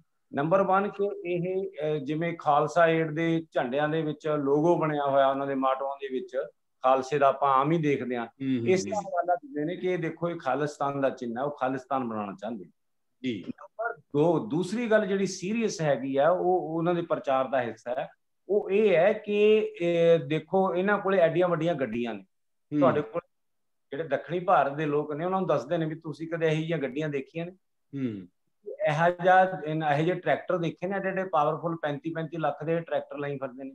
ਤੇ ਸਰਕਾਰ ਨੇ ਇਹਨਾਂ ਨੂੰ ਸਪੈਸ਼ਲ ਰਿਆਇਤਾਂ ਦਿੱਤੀਆਂ ਸੀ, ਇਹਨਾਂ ਦਾ ਵਿਕਾਸ ਕੀਤਾ ਸੀ ਪੰਜਾਬ ਔਰ ਹਰਿਆਣੇ ਦਾ। ਹੁਣ ਸਥਿਤੀ ਇਹ ਹੈ ਕਿ ਉਹਨਾਂ ਦਾ ਤਾਂ ਵਿਕਾਸ ਹੋ ਗਿਆ, ਉਹਨਾਂ ਨੂੰ ਸਹਾਇਤਾ ਤੇ ਕੱਟ ਲਾ ਕੇ ਅਸੀਂ ਤੁਹਾਨੂੰ ਸਹਾਇਤਾ ਦੇਣੀ ਸੀ, ਤੁਹਾਡਾ ਵਿਕਾਸ ਉਸ ਲੈਵਲ ਤੇ ਕਰਾਉਣਾ ਸੀਗਾ ਜਿਹਦੇ ਤਹਿਤ ਤੁਸੀਂ ਉਹੋ ਜਿਹੀਆਂ ਗੱਡੀਆਂ, ਉਹੋ ਜਿਹੀ ਲਾਈਫ ਸਟਾਈਲ ਤੇ ਉਹ ਸਾਰਾ ਕੁਝ ਤੁਹਾਨੂੰ ਪ੍ਰਾਪਤ ਹੁੰਦਾ, ਤੇ ਉਹਦਾ ਇਹ ਵਿਰੋਧ ਕਰਦੇ। ਇਹ 2 ਗੱਲਾਂ ਮਾਰੂ ਨੇ ਜਿਹੜੀਆਂ ਜਿਹਦੇ ਵਾਸਤੇ ਮੇਰਾ ਸੁਜੈਸ਼ਨ ਇਹ ਹੈ ਕਿ ਸਾਡੀ ਲੀਡਰਸ਼ਿਪ ਨੂੰ ਸੀਰੀਅਸ ਲੈ ਕੇ ਬਕਾਇਦਾ ਇੱਧਰੋਂ ਟੀਮਾਂ ਭੇਜਣੀਆਂ ਚਾਹੀਦੀਆਂ ਨੇ, ਉਸ ਕੰਪੇਨ ਨੂੰ ਕਾਊਂਟਰ ਕਰਨਾ ਬਣਦਾ ਹੈ ਫੌਰੀ ਤੋਂ। ਹਾਂ, ਬਹੁਤ ਤੁਸੀਂ ਕਮਾਲ ਦੀ ਜਿਹੜੀ ਗੱਲ ਕੀਤੀ ਹੈ ਕਿ ਕਿਸ ਤਰ੍ਹਾਂ ਦੇ ਪ੍ਰਭਾਵ ਜਾ ਰਹੇ ਨੇ ਸਾਡੇ ਇਸ ਸੰਘਰਸ਼ ਦੇ ਦੂਜੇ ਰਾਜਾਂ ਦੇ ਵਿੱਚ। ਸਰਕਾਰ ਸਾਡੀਆਂ ਗੱਲਾਂ ਨੂੰ ਦੇਖ ਕੇ ਕਿਸ ਤਰ੍ਹਾਂ ਉੱਤੇ ਪੁੱਟ ਕਰ ਰਹੀ ਹੈ ਉਹਨਾਂ ਚੀਜ਼ਾਂ ਨੂੰ, ਤੇ ਉਹ ਲੋਕ ਕਿਵੇਂ ਪ੍ਰਭਾਵ ਲੈ ਰਹੇ ਨੇ। ਇਸ ਤੋਂ ਬਿਨਾਂ ਹੋਰ ਵੀ ਬਹੁਤ ਸਾਰੇ ਕਾਰਨ ਨੇ ਖੈਰ ਇਸ ਗੱਲ ਦੇ ਕਿ ਉੱਥੇ ਉਸ ਲੈਵਲ ਤੇ ਲੋਕ ਯੂਨਾਈਟ ਕਾਹਤੋਂ ਨਹੀਂ ਹੋ ਸਕੇ, ਉੱਥੇ ਆਪਾਂ ਕਦੇ ਫਿਰ ਡਿਟੇਲ ਦੇ ਵਿੱਚ ਗੱਲ ਕਰਾਂਗੇ। ਹੁਣ ਆਪਾਂ ਥੋੜਾ ਜਿਹਾ ਅੱਗੇ ਚੱਲਦੇ ਹਾਂ। ਉਹ ਇਹ ਹੈ ਕਿ ਜਿਹੜਾ ਕਿਸਾਨ ਸੰਘਰਸ਼ ਹੈ ਬਿਨਾਂ ਸ਼ੱਕ ਪੰਜਾਬ ਤੋਂ ਸ਼ੁਰੂ ਹੋਇਆ, ਫਿਰ ਹਰਿਆਣੇ ਨੇ ਇਸ ਦੀ ਬਾਂਹ ਫੜੀ, ਤੇ ਉਸ ਤੋਂ ਬਾਅਦ ਅਸੀਂ 1 ਤੇ 1 11 ਹੋਏ, ਤੇ ਫਿਰ ਕੇਂਦਰ ਦੇ ਨਾਲ ਅਸੀਂ ਇਹ ਯੁੱਧ ਵਿੱਢਿਆ। ਉਸ ਤੋਂ ਬਾਅਦ ਇਹ ਸੰਘਰਸ਼ ਪੰਜਾਬ ਤੋਂ ਬਾਹਰ ਫੈਲਿਆ ਤੇ ਫਿਰ ਭਾਰਤ ਤੋਂ ਬਾਹਰ ਫੈਲਿਆ। ਪ੍ਰੋਫੈਸਰ ਜੈ ਸਿੰਘ ਟਿਵਾਣਾ ਜੀ, ਕਿਉਂਕਿ ਤੁਸੀਂ ਅੰਤਰਰਾਸ਼ਟਰੀ ਸਰੋਕਾਰਾਂ ਦੇ ਨਾਲ ਲਗਾਤਾਰ ਵਾਬਸਤਾ ਰਹਿੰਦੇ ਹੋ, ਅਸੀਂ ਤੁਹਾਡੇ ਤੋਂ ਜਾਣਨਾ ਚਾਹੁੰਦੇ ਹਾਂ ਕਿ ਭਾਰਤ ਤੋਂ ਬਾਹਰ ਇਸ ਸੰਘਰਸ਼ ਦੇ ਕੀ ਪ੍ਰਭਾਵ ਨੇ ਤੇ ਕਿਸ ਤਰ੍ਹਾਂ ਦੇ ਰਿਐਕਸ਼ਨ ਨੇ। ਥੋੜਾ ਜਿਹਾ ਆਪਾਂ ਇਸ ਇਸ਼ੂ ਤੇ ਗੱਲ ਕਰੀਏ। ਇੱਕ ਤਾਂ ਇਸ ਪ੍ਰਸੰਗ ਦੇ ਵਿੱਚ ਸੋਚਦੇ ਆ ਨਾ, ਮੈਂ 26 ਤਰੀਕ ਨੂੰ ਪੰਜਾਬੀ ਟੂਨ ਦੇ ਵਿੱਚ ਵੀ ਛਪਿਆ ਆਰਟੀਕਲ UN ਦਾ ਰੈਜ਼ੋਲੂਸ਼ਨ ਜੀ, ਕਿ ਜਿਹੜੀਆਂ ਅੰਤਰਰਾਸ਼ਟਰੀ ਸੰਸਥਾਵਾਂ ਨੇ ਉਹ ਇਹਨੂੰ ਕੀ ਸਮਝਦੀਆਂ ਨੇ। ਉਹ 26 ਤਰੀਕ ਨੂੰ ਜਦੋਂ ਰਿਲੀਜ਼ ਹੋਇਆ ਸਿੰਘ ਬਾਰਡਰ ਤੇ ਪ੍ਰੋਫੈਸਰ ਜਗਮੋਹਨ ਜੀ ਵੱਲੋਂ ਰਿਲੀਜ਼ ਕੀਤਾ ਗਿਆ, ਉਸੇ ਦਿਨ ਉਹ ਲੇਖ ਵੀ ਛਪਿਆ ਸੀ ਤੇ ਮੈਂ ਉਹਨਾਂ ਦੇ ਸਾਥ ਵੀ ਗਿਆ ਜੀ। ਤਾਂ ਉਸ ਤੋਂ ਬਾਅਦ ਟਿੱਕਰੀ ਬਾਰਡਰ ਤੇ 27 ਨੂੰ ਵੀ ਮੈਂ ਇਹ ਗੱਲ ਰੱਖੀ ਸੀਗੀ ਕਿ ਇਹ ਜਿਹੜਾ ਇੰਟਰਨੈਸ਼ਨਲ ਲੈਵਲ ਦੇ ਉੱਤੇ ਜਿਹੜਾ ਇਹ ਮੁੱਦਾ ਹੈਗਾ, ਇਸ ਦੇ ਆਧਾਰ ਦੇ ਉੱਤੇ ਸਾਡੇ ਬੁੱਧੀਜੀਵੀਆਂ ਨੂੰ ਵੀ ਇਸ ਲਾਈਨ ਦੇ ਵਿੱਚ ਸਾਡੀ ਲੀਡਰਸ਼ਿਪ ਦੀ ਸਪੋਰਟ ਦੇ ਵਿੱਚ ਲੈਣਾ ਚਾਹੀਦਾ। ਜਿੱਥੋਂ ਤੱਕ ਅੰਤਰਰਾਸ਼ਟਰੀ ਰਿਐਕਸ਼ਨ ਦਾ ਸੰਬੰਧ ਹੈਗਾ, ਤਾਂ ਉਸ ਪ੍ਰਸੰਗ ਦੇ ਵਿੱਚ ਸਭ ਤੋਂ ਵੱਡਾ ਜਿਹੜਾ ਮਤਲਬ ਜਿਹੜੀ ਗੱਲ ਭਾਰਤ ਦੀ ਸਰਕਾਰ ਨੂੰ ਹਜਮ ਨਹੀਂ ਆਈ, ਉਹ ਸੀਗੀ ਜਸਟਿਨ ਟਰੂਡੋ ਜਿਹੜੇ PM ਹੈਗੇ ਆ ਕੈਨੇਡਾ ਦੇ, ਉਹਨਾਂ ਵੱਲੋਂ ਜਿਹੜਾ ਦਿੱਤਾ ਗਿਆ ਮਤਲਬ ਬਿਆਨ ਕਿ ਅਸੀਂ ਬਹੁਤ ਕੰਸਰਨਡ ਹਾਂ ਜੋ ਭਾਰਤ ਦੇ ਕਿਸਾਨਾਂ ਦੇ ਨਾਲ ਹੋ ਰਿਹਾ ਹੈਗਾ, ਇਹ ਉਹਨਾਂ ਦਾ ਡੈਮੋਕ੍ਰੈਟਿਕ ਰਾਈਟ ਹੈ। ਤਾਂ ਉਸਦੇ ਜਵਾਬ ਦੇ ਵਿੱਚ ਤੁਹਾਨੂੰ ਤੁਸੀਂ ਪੜ੍ਹਿਆ ਵੀ ਹੋਏਗਾ, ਤੁਹਾਡੇ ਨੋਟਿਸ 'ਚ ਵੀ ਹੈ ਕਿ ਭਾਰਤ ਦੀ ਸਰਕਾਰ ਨੇ ਕੈਨੇਡਾ ਦਾ ਜਿਹੜਾ ਇੱਥੇ ਮਤਲਬ ਰਾਜਦੂਤ ਹੈ ਉਸਨੂੰ ਤਲਬ ਕੀਤਾ ਨਾ, ਤੇ ਆਪਣਾ ਇਹ ਸਾਡਾ ਅੰਦਰੂਨੀ ਮਸਲਾ ਹੈ, ਤੁਸੀਂ ਸਾਡੇ ਜਿਹੜੇ ਬਾਇਲੇਟਰਲ ਰਿਲੇਸ਼ਨ ਨੇ ਫਿਰ ਉਹਨਾਂ ਦੇ ਉੱਤੇ ਇਸ ਗੱਲ ਦਾ ਅਸਰ ਪਏਗਾ, ਤੁਸੀਂ ਸੋਚੋ ਏਦਾਂ ਦੇ ਤੁਸੀਂ ਬਿਆਨ ਦੇ ਰਹੇ ਹੋ। ਇਸ ਤੋਂ ਬਿਨਾਂ ਜਿਹੜੇ ਪੰਜਾਬੀ ਮੂਲ ਦੇ MP ਹੈਗੇ ਆ ਉੱਥੇ ਜਿਹੜੇ ਹੈਗੇ ਉਹਨਾਂ ਨੇ ਵੀ ਸਟੇਟਮੈਂਟਸ ਦਿੱਤੀਆਂ, ਉਹਨਾਂ ਨੇ ਵੀ ਕੰਸਰਨ ਜ਼ਾਹਰ ਕੀਤਾ, ਮਤਲਬ ਇਹ ਲੜੀ ਸ਼ੁਰੂ ਹੋ ਗਈ ਉਸ ਤੋਂ ਬਾਅਦ।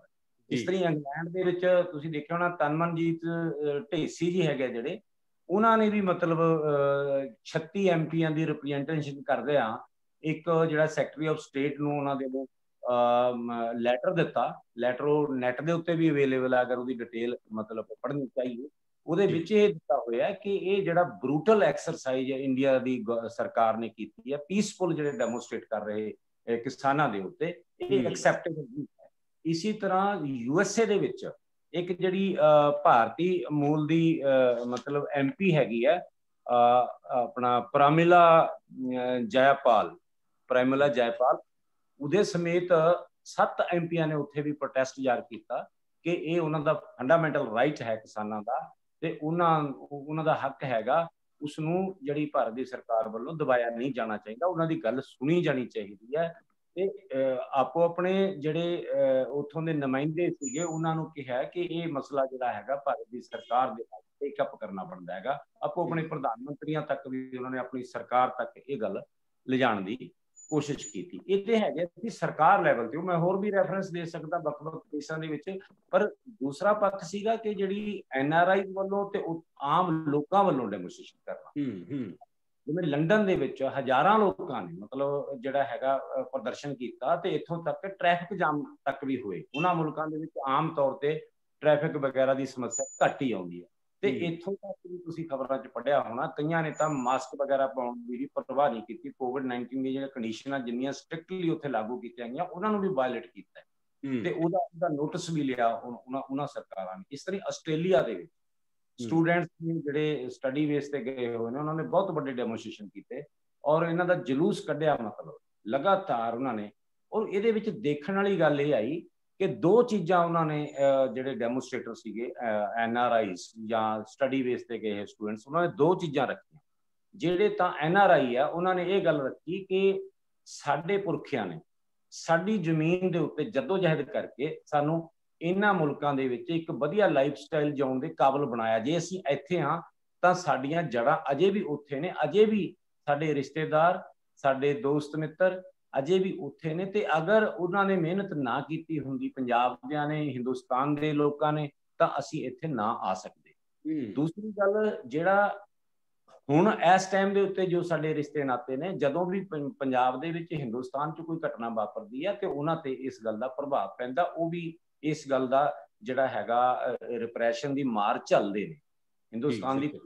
ਇਸ ਕਰਕੇ ਅਸੀਂ we are concerned about all these events happening in India। ਇਹ ਮਤਲਬ ਸਟਰੋਂਗਲੀ ਇਸ ਦੇ ਉੱਤੇ ਕਿਹਾ। ਤੋ ਵਾਈਡ ਸਪਰੈਡ ਡੈਮੋਸਟ੍ਰੇਸ਼ਨ ਹੋਏ। ਈਵਨ ਇਟਲੀ ਦੇ ਵਿੱਚ ਤੁਸੀਂ ਦੇਖਿਆ ਹੋਣਾ, ਇੱਕ ਗੁਰਦੁਆਰੇ ਦੇ ਵਿੱਚ ਭਾਰਤੀ ਜਿਹੜੀ ਦੂਤਾਵਾਸ ਦੀ ਇੰਚਾਰਜ ਹੈਗੀ ਆ ਲੇਡੀ ਸੀ, ਉਹ ਬਾਗੀ ਜਾ ਕੇ ਇਹ ਕਾਨੂੰਨਾਂ ਦੇ ਹੱਕ 'ਚ ਬੋਲਣ ਲੱਗ ਗਈ, ਤਾਂ ਉੱਥੇ ਸਾਰੀ ਸੰਗਤ ਉੱਠ ਕੇ ਉਹਨੂੰ ਮਤਲਬ ਉੱਥੋਂ ਮੂੰਹ ਬੰਦ ਕਰਨ ਲਈ ਤੇ ਉੱਥੋਂ ਖਿਸਕ ਜਾਣ ਲਈ ਮਜਬੂਰ ਕਰਤਾ। ਇੰਨਾ ਉਹਨਾਂ ਨੇ ਮਤਲਬ ਦੱਸਿਆ ਵੀ ਇਹ ਕਾਨੂੰਨ ਹੈ ਕਿ ਤੈਨੂੰ ਪਤਾ ਕੀ ਹੈ ਨਾ ਕਾਨੂੰਨਾਂ ਬਾਰੇ, ਅਸੀਂ ਦੱਸਦੇ। ਤਾਂ ਇਹ ਜਿਹੜੀ ਮਤਲਬ ਗੱਲ ਹੈਗੀ ਆ ਇੰਟਰਨੈਸ਼ਨਲ ਲੈਵਲ ਤੇ, ਮੇਰਾ ਖਿਆਲ ਮੇਰੀ ਲਾਈਫ ਦੇ ਵਿੱਚ ਬਹੁਤ ਸਾਰੀ ਸਟਰਗਲਾਂ ਦੇਖੀਆਂ ਜਿਵੇਂ ਤੁਸੀਂ ਜ਼ਿਕਰ ਕੀਤਾ ਹੈਗਾ, ਪਰ ਐਡੀ ਵਾਈਡ ਸਪਰੈਡ ਜਿਹੜੀ ਹੈਗੀ ਮਾਸ ਪਾਰਟਿਸਿਪੇਸ਼ਨ ਇਹ ਪਹਿਲੀ ਵਾਰ ਦੇਖ ਰਹੇ ਹਾਂ ਇੱਕੋ ਸਮੇਂ ਦੇਸ਼ ਦੇ ਵਿੱਚ ਵੀ ਤੇ ਇੰਟਰਨੈਸ਼ਨਲ ਲੈਵਲ ਤੇ ਉਹਦਾ ਪ੍ਰਤੀਕਰਨ। ਤੇ ਬਾਕੀ ਇਹਦੇ ਵਿੱਚ ਇੱਕ ਹਿੱਸਾ ਉਹ ਵੀ ਹੈ ਜਿਹੜੀਆਂ ਘੱਟ ਗਿਣਤੀਆਂ ਮਤਲਬ ਉਹਨਾਂ ਦੇਸ਼ਾਂ ਦੇ ਵਿੱਚ ਰਹਿ ਰਹੀਆਂ, ਭਾਵੇਂ ਉਹ ਸਿੱਖ ਮਿਨੋਰਟੀਜ਼ ਹੈ, ਭਾਵੇਂ ਉਹ ਪਾਕਿਸਤਾਨੀ ਮਿਨੋਰਟੀ ਹੈ, ਭਾਵੇਂ ਉਹ ਮੁਸਲਿਮ ਕਮਿਊਨਿਟੀ ਹੈ। ਕਿਉਂਕਿ ਇਹਦੇ ਰਿਐਕਸ਼ਨ ਦਾ ਮੈਂ ਇੱਕ ਗੱਲ ਇੱਥੇ ਐਡ ਕਰਨੀ ਚਾਹਾਂਗਾ ਤੁਹਾਨੂੰ, ਇਹ ਠੀਕ ਹੈ ਵੀ ਇਹਦਾ ਇੱਕ ਮਤਲਬ ਮੌਕਾ ਮੇਲ ਕਿਸਾਨੀ ਸੰਘਰਸ਼ ਨਾਲ ਬਣਿਆ, ਪਰ ਐਕਚੁਅਲੀ ਜਿਹੜੀ ਫਾਸਿਸਟ ਅਪਰੋਚ ਸੀਗੀ, ਭਾਵੇਂ ਉਹ ਜੰਮੂ ਕਸ਼ਮੀਰ ਦੇ ਲੋਕਾਂ ਨੂੰ ਦਬਾਉਂਦੀ ਹੈਗੀ ਹੈ, ਭਾਵੇਂ ਵੱਖ-ਵੱਖ ਜਿਹੜੀਆਂ ਕਮਿਊਨਿਟੀਜ਼ ਨੇ ਉਹਨਾਂ ਨਾਲ ਡਿਸਕ੍ਰਿਮੀਨੇਸ਼ਨ ਕਰਨ ਦੀ ਗੱਲ ਹੈ, ਇਹ ਗੁਬਾਰ ਅੰਦਰ ਅੰਦਰ ਭਰਿਆ ਪਿਆ ਸੀ, ਬੇਬਸੀ ਦੀ ਹਾਲਤ ਬਣੀ ਹੋਈ ਸੀ। ਕੋਈ ਵੀ ਹੁਣ ਤੱਕ ਮਤਲਬ ਇਹਦੇ ਜਿਹੜੀ ਜਿਹਨੂੰ ਆਪਾਂ ਇਹਦੀਆਂ ਆਪ ਮੁਹਾਰੀਆਂ ਜਿਹੜੀਆਂ ਕਾਰਵਾਈਆਂ ਸੀਗੀਆਂ ਉਹਨਾਂ ਉੱਤੇ ਰੋਕ ਨਹੀਂ ਬਣ ਸਕਿਆ ਸੀ। ਤਾਂ ਹੁਣ ਇਹਦੀ ਨਾਲ ਇੱਕ ਗੱਲ ਇਹ ਵੀ ਹੈ, ਜਿਵੇਂ ਸਾਡੇ ਇੱਕ ਪ੍ਰੋਫੈਸਰ ਸਾਥੀ ਨੇ ਕਿਹਾ ਸੀ, ਕਹਿੰਦਾ ਯਾਰ ਨਿਰਾਸ਼ ਜੇ ਹੋਏ ਪਏ ਸੀ, ਜਿਵੇਂ ਤੁਸੀਂ ਉਹਦੇ ਮੁਹੰਮਦ ਦੀ ਮਾਰਚ ਪਟਿਆਲੇ ਦੇ ਵਿੱਚ ਕੀਤਾ, ਵੀ ਇਹਦੇ ਨਾਲ ਸਾਨੂੰ ਉਹਨਾਂ ਨੂੰ ਜਿਹੜੇ ਨਿਰਾਸ਼ ਹੋਏ ਸੀ, ਯਾਰ ਹੁਣ ਨਹੀਂ ਕੁਝ ਹੋ ਸਕਦਾ, ਇਹ ਬਹੁਤ ਮਜਬੂਰ ਸਰਕਾਰ ਆ, ਫਾਸਿਸਟ ਸਰਕਾਰ, ਆਪਾਂ ਕੁਝ ਨਹੀਂ ਕਰ ਸਕਦੇ, ਤਾਂ ਉਹਨਾਂ ਨੂੰ ਵੀ ਮਤਲਬ ਖਲੂਣੇ ਹੈਗਾ, ਉਹਨਾਂ ਨੂੰ ਜਿਉਣ ਜੋਗੇ ਕੀਤਾ। ਬਿਲਕੁਲ, ਉਹਨਾਂ ਨੂੰ ਵੀ ਇੱਕ ਇੰਸਪੀਰੇਸ਼ਨ ਦਿੱਤੀ ਆ, ਉਹਨਾਂ ਨੂੰ ਇਹ ਗੱਲ ਉਹਨਾਂ ਦੇ ਸਾਹਮਣੇ ਸਥਾਪਿਤ ਕੀਤੀ ਆ ਵੀ ਨਹੀਂ ਯਾਰ, ਜੇ ਹਿਟਲਰ ਨੂੰ ਲੋਕ ਖੁਦਕਸ਼ੀ ਕਰਨ ਲਈ ਮਜਬੂਰ ਕਰ ਸਕਦੇ ਨੇ, ਤੇ ਮੋਦੀ ਹੰਕਾਰੀ ਜਾਂ ਬੀਜੇਪੀ ਦੀ ਜਿਹੜੀ ਸਰਕਾਰ ਹੈ, ਇਸ ਹੰਕਾਰੀ ਐਟੀਟਿਊਡ ਨੂੰ ਸੱਟ ਮਾਰੀ ਜਾ ਸਕਦੀ। ਕੀ ਬਾਤ ਹੈ, ਬਹੁਤ ਵਧੀਆ। ਸੱਚਮੁੱਚ ਇਸ ਸੰਘਰਸ਼ ਦੇ ਵਿੱਚ ਜਿਹੜੇ ਬੰਦੇ ਸ਼ਾਮਲ ਹੋਏ ਨੇ ਨਾ, ਉਹ ਹਰੇਕ ਬੰਦਾ ਆਪਣੀ ਆਪਣੀ ਅੱਗ ਲੈ ਕੇ ਸ਼ਾਮਲ ਹੋਇਆ ਹੈ। ਇਕੱਲੇ ਕਿਸਾਨਾਂ ਦਾ ਸੰਘਰਸ਼ ਨਹੀਂ, ਹਰ ਬੰਦੇ ਦੇ ਅੰਦਰ ਇੱਕ ਗੁੱਸਾ ਸੀ ਸਿਸਟਮ ਪ੍ਰਤੀ, ਜਿਸ ਤਰ੍ਹਾਂ ਦੀ ਉਹਦੀ ਅਪਰੋਚ ਸੀ, ਚਾਹੇ ਉਹ ਮੁਲਾਜ਼ਮ ਸੀ, ਚਾਹੇ ਉਹ ਦੁਕਾਨਦਾਰ ਸੀ, ਚਾਹੇ ਘੱਟ ਗਿਣਤੀ ਸੀ, ਚਾਹੇ ਔਰਤਾਂ ਸੀ, ਚਾਹੇ ਵਿਦਿਆਰਥੀ ਸੀ, ਹਰੇਕ ਦੇ ਅੰਦਰ ਇੱਕ ਜਵਾਲਾਮੁਖੀ ਸੀ। ਉਹ ਜਵਾਲਾਮੁਖੀ ਇਸ ਕਿਸਾਨ ਸੰਘਰਸ਼ ਦੇ ਬਹਾਨੇ ਫਟਿਆ ਤੇ ਹਰੇਕ ਬੰਦਾ ਆਪਣਾ ਦੁੱਖ ਲੈ ਕੇ, ਆਪਣਾ ਗੁੱਸਾ ਲੈ ਕੇ, ਆਪਣਾ ਆਕਰੋਸ਼ ਲੈ ਕੇ ਦੇ ਵਿੱਚ ਸ਼ਾਮਲ ਹੋਇਆ। ਤੇ ਮੈਂ ਇੱਕ ਰਿਐਕਸ਼ਨ ਇਹ ਵੀ ਦੇਖ ਰਿਹਾ ਅੰਤਰਰਾਸ਼ਟਰੀ ਪੱਧਰ ਤੇ ਕਿ ਜਿਹੜੇ ਸਾਡਾ ਅਦਬੀ ਭਾਈਚਾਰਾ, ਜਿਹੜੇ ਸਾਡੇ ਲੇਖਕ ਨੇ, ਜਿਹੜੇ ਪਾਕਿਸਤਾਨੀ ਪੰਜਾਬ ਦੇ ਪੰਜਾਬੀ ਨੇ, ਉਹ ਵੀ ਕਿਸਾਨਾਂ ਦੇ ਹੱਕ ਦੇ ਵਿੱਚ ਗੀਤ ਗਾ ਰਹੇ ਨੇ, ਉਹ ਵੀ ਕਵਿਤਾਵਾਂ ਲਿਖ ਰਹੇ ਨੇ। ਅਮਰੀਕਾ ਦੇ ਵਿੱਚੋਂ ਵੀ ਕਵਿਤਾਵਾਂ ਲਿਖੀਆਂ ਜਾ ਰਹੀਆਂ ਨੇ, ਇੰਗਲੈਂਡ ਦੇ ਵਿੱਚੋਂ ਵੀ ਕਵਿਤਾਵਾਂ ਲਿਖੀਆਂ ਜਾ ਰਹੀਆਂ ਨੇ, ਆਸਟ੍ਰੇਲੀਆ ਦੇ ਵਿੱਚੋਂ ਵੀ ਕਵਿਤਾਵਾਂ ਲਿਖੀਆਂ ਜਾ ਰਹੀਆਂ ਨੇ। ਮੈਂ ਲਗਾਤਾਰ ਹਰ ਐਤਵਾਰ ਪ੍ਰੋਗਰਾਮ ਕਰ ਰਿਹਾ ਇੱਕ ਸੰਘਰਸ਼ ਦੇ ਦੌਰ ਵਿੱਚ ਸ਼ਾਇਰੀ, ਤੇ ਉਹਦੇ ਵਿੱਚ ਪਤਾ ਲੱਗਦਾ ਕਿ ਬੰਦਾ ਕਿਤੇ ਵੀ ਬੈਠਾ, ਚਾਹੇ ਜਿਹੜਾ ਵੀ ਮਨੁੱਖੀ ਅਧਿਕਾਰਾਂ ਦੇ ਨਾਲ ਜੁੜਿਆ ਹੈ, ਉਹ ਬੰਦਾ ਹਾਂ ਦਾ ਨਾਰਾ ਮਾਰ ਰਿਹਾ ਹੈ, ਜਿਸ ਰੂਪ ਦੇ ਵਿੱਚ ਵੀ, ਜਿਹੜਾ ਵੀ ਪਲੇਟਫਾਰਮ ਉਹਦੇ ਕੋਲ ਹੈਗਾ। ਜੋ ਚਿੱਤਰਕਾਰ ਹੈ ਤਾਂ ਚਿੱਤਰ ਬਣਾ ਰਿਹਾ ਹੈ, ਜੋ ਸਾਹਿਤਕਾਰ ਹੈ ਤਾਂ ਸ਼ਬਦਾਂ ਨੂੰ ਵਰਤ ਰਿਹਾ ਹੈ, ਹੋਰ ਵੀ ਕਿਸੇ ਰੂਪ ਦੇ ਵਿੱਚ ਜਿਹੜਾ ਰਿਐਕਸ਼ਨ ਦਾ ਮਾਧਿਅਮ ਹੈ ਉਹ ਆਪਣੇ ਮਾਧਿਅਮ ਰਾਹੀਂ ਪ੍ਰਗਟਾ ਰਿਹਾ ਹੈ। ਤੇ ਹੁਣ ਆਪਾਂ ਗੱਲ ਇੱਕ ਬਹੁਤ ਵਿਸ਼ੇਸ਼ ਪਹਿਲੂ ਤੇ ਗੱਲ ਕਰਦੇ ਹਾਂ, ਜਿਹਦੇ ਕਰਕੇ ਪ੍ਰੋਗਰਾਮ ਰੱਖਿਆ ਗਿਆ ਸੀ। ਉਹ ਹੈ ਕਿ UNO ਦੀ ਜਨਰਲ ਕੌਂਸਲ ਨੇ 11 ਦਸੰਬਰ 2018 ਨੂੰ ਇੱਕ ਮਤਾ ਪਾਸ ਕੀਤਾ। ਉਸ ਮਤੇ ਦਾ ਨਾਂ ਹੈ ਕਿਸਾਨ ਅਤੇ ਹੋਰ ਪੇਂਡੂ ਕੰਮਕਾਜੀ ਲੋਕਾਂ ਦੇ ਅਧਿਕਾਰ ਬਾਰੇ ਐਲਾਨਨਾਮਾ। ਇਹ ਬਹੁਤ ਮਹੱਤਵਪੂਰਨ ਮਤਾ ਸੀ, ਪਰ ਇਹਦੀ ਕਿਸਾਨ ਸੰਘਰਸ਼ ਦੇ ਪ੍ਰਸੰਗ ਦੇ ਵਿੱਚ ਉਸ ਰੂਪ ਦੇ ਵਿੱਚ ਚਰਚਾ ਨਹੀਂ ਹੋ ਸਕੀ ਜਿਸ ਰੂਪ ਦੇ ਵਿੱਚ ਰੈਲੇਵੈਂਸ ਸੀ। ਉਹ ਮਤਾ ਕੀ ਹੈ, ਉਹਦੇ ਕੀ ਪ੍ਰਭਾਵ ਹੋ ਸਕਦੇ ਨੇ? ਪ੍ਰੋਫੈਸਰ ਅਜੈਬ ਸਿੰਘ ਹੋਰਾਂ ਨੇ ਲਗਭਗ 20 ਦਸੰਬਰ ਨੂੰ, ਮੇਰੇ ਖਿਆਲ ਦੇ ਵਿੱਚ 20 ਦਸੰਬਰ 2020 ਨੂੰ ਪੰਜਾਬੀ ਟ੍ਰਿਬਿਊਨ ਦੇ ਵਿੱਚ ਇੱਕ ਆਰਟੀਕਲ ਲਿਖਿਆ ਸੀ, ਤੇ ਉਸ ਤੋਂ ਬਾਅਦ ਜਮਹੂਰੀ ਅਧਿਕਾਰ ਸਭਾ ਵੱਲੋਂ ਤੇ ਕੁਝ ਹੋਰ ਆਰਗੇਨਾਈਜੇਸ਼ਨਾਂ ਵੱਲੋਂ ਇਹਦਾ ਪੰਜਾਬੀ ਵਰਜ਼ਨ ਤਿਆਰ ਕਰਕੇ ਦਿੱਲੀ ਸਿੰਘੂ ਬਾਰਡਰ ਤੇ ਰਿਲੀਜ਼ ਵੀ ਕੀਤਾ ਸੀ। ਇਹ ਬਹੁਤ ਮਹੱਤਵਪੂਰਨ ਮਤਾ ਹੈ। ਇਹਦੇ ਬਾਰੇ ਅਸੀਂ ਫੇਸਬੁੱਕ ਦੇ ਦਰਸ਼ਕਾਂ ਦੇ ਨਾਲ ਜ਼ੂਮ ਰਾਹੀਂ ਤੇ ਹੋਰ ਮਾਧਿਅਮ ਰਾਹੀਂ ਅਗਲੇ ਦਿਨਾਂ ਦੇ ਵਿੱਚ ਵੀ ਚਰਚਾ ਕਰਾਂਗੇ ਕਿ ਇਸ ਦੀ ਕੀ ਰੈਲੇਵੈਂਸ ਬਣਦੀ ਹੈ ਤੇ ਇਸ ਨੂੰ ਅਸੀਂ ਕਿਵੇਂ ਪਾਵਰਫੁਲੀ ਨਹੀਂ ਯੂਜ਼ ਕਰ ਸਕੇ ਹੈਗੇ। ਆਓ ਆਪਾਂ ਪਹਿਲਾਂ ਪ੍ਰੋਫੈਸਰ ਜੈਬ ਸਿੰਘ ਤੋਂ ਜਾਣਦੇ ਹਾਂ ਕਿ UNO ਦਾ ਜਿਹੜਾ ਮਤਾ ਹੈ, ਜਿਹੜਾ 11 ਦਸੰਬਰ 2018 ਨੂੰ ਪਾਸ ਕੀਤਾ ਗਿਆ UNO ਦੀ ਜਨਰਲ ਕੌਂਸਲ ਨੇ, ਇਹ ਮਤਾ ਬੇਸਿਕਲੀ ਬੁਨਿਆਦੀ ਰੂਪ ਦੇ ਵਿੱਚ ਹੈ ਕਿ ਉਸ ਤੋਂ ਬਾਅਦ ਗੱਲ ਕਰਾਂਗੇ ਉਹਦੇ ਪ੍ਰਭਾਵ ਤੇ ਕਿਸਾਨੀ ਨਾਲ ਉਹਦਾ ਸੰਬੰਧ। ਅੱਛਾ, ਇਹਦੇ ਵਿੱਚ ਇੱਕ ਗੱਲ ਮੈਂ ਮਤੇ ਤੋਂ ਪਹਿਲਾਂ ਐਡ ਕਰਦੀ ਹਾਂ, UNO ਦੀ ਰਿਐਕਸ਼ਨ ਜੀ। UNO ਦਾ ਜਿਹੜਾ ਜਨਰਲ ਸੈਕਟਰੀ ਦਾ ਸਪੋਕਸਮੈਨ ਹੈਗਾ ਸਟੀਫਨ ਡਜ਼ਾਰਿਕ ਜੀ, ਉਸਨੇ ਮਤਲਬ ਇਸ ਸੰਘਰਸ਼ ਦੇ ਬਾਰੇ ਦੇ ਵਿੱਚ ਕਿਹਾ, ਕਹਿੰਦਾ people have a right to demonstrate peacefully and authorities need to let them do so।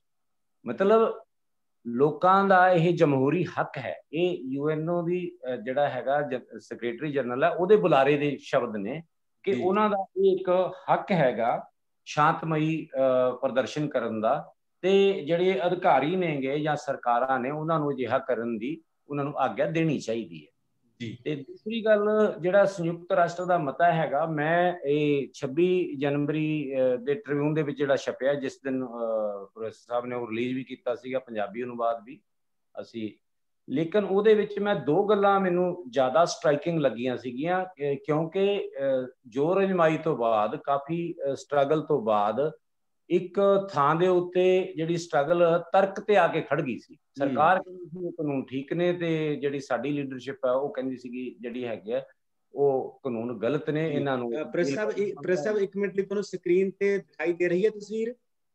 ਹਾਂ, ਇਹ ਕੁਝ ਹੋਰ ਹੀ ਆ ਰਿਹਾ ਯਾਰ ਇਹਦੇ ਤੇ।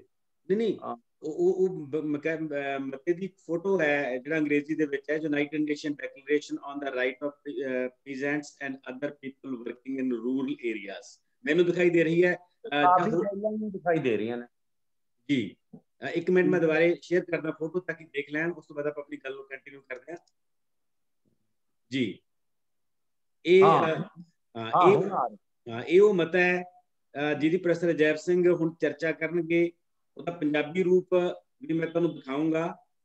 ਇਹ ਉਹਦਾ ਅੰਗਰੇਜ਼ੀ ਵਰਜਨ ਹੈ, ਬੇਸਿਕਲੀ ਓਰੀਜਨਲ ਵਰਜਨ ਹੈ ਜਿਹੜਾ ਉਹਦਾ ਇਹ ਹੈ, ਤੇ ਪੰਜਾਬੀ ਰੂਪ ਇੱਕ ਸੈਕਿੰਡ ਲਈ ਮੈਂ ਤੁਹਾਨੂੰ ਦਿਖਾਵਾਂ ਉਹਦਾ ਜਿਹੜਾ ਅਨੁਵਾਦ ਹੋਇਆ ਜੀ। ਇਹ ਉਹਦਾ ਪੰਜਾਬੀ ਰੂਪ ਹੈ। UNO ਦੀ ਆਮ ਸਭਾ ਦੁਆਰਾ 17 ਦਸੰਬਰ 2018 ਨੂੰ ਪਾਸ ਕੀਤਾ ਗਿਆ ਮਤਾ। ਇਹ ਜਮਹੂਰੀ ਅਧਿਕਾਰ ਸਭਾ ਤੇ ਡੈਮੋਕ੍ਰੈਟਿਕ ਲਾਇਰਸ ਐਸੋਸੀਏਸ਼ਨ ਵੱਲੋਂ ਅਨੁਵਾਦ ਕੀਤਾ ਗਿਆ ਤੇ ਛਾਪਿਆ ਗਿਆ। ਜਲਦੀ ਅਸੀਂ ਇਹਦਾ ਹਿੰਦੀ ਅਨੁਵਾਦ ਵੀ ਤੁਹਾਡੇ ਤੱਕ ਪਹੁੰਚਾਵਾਂਗੇ। ਸੋ ਇਹ ਮਤੇ ਦਾ ਪੰਜਾਬੀ ਤੇ ਅੰਗਰੇਜ਼ੀ ਵਰਜਨ ਤੁਹਾਨੂੰ ਦਿਖਾਇਆ। ਹੁਣ ਆਪਾਂ ਪ੍ਰੋਫੈਸਰ ਅਜੈਬ ਸਿੰਘ ਤੋਂ ਅੱਗੇ ਕੰਟੀਨਿਊ ਕਰਦੇ ਹਾਂ ਜੀ। ਅੱਛਾ, ਇਹਦੇ ਵਿੱਚ ਨਾ ਇੱਕ ਥੋੜੀ ਜਿਹੀ ਮੈਂ ਕਰੈਕਸ਼ਨ ਕਰਦੇ ਹਾਂ।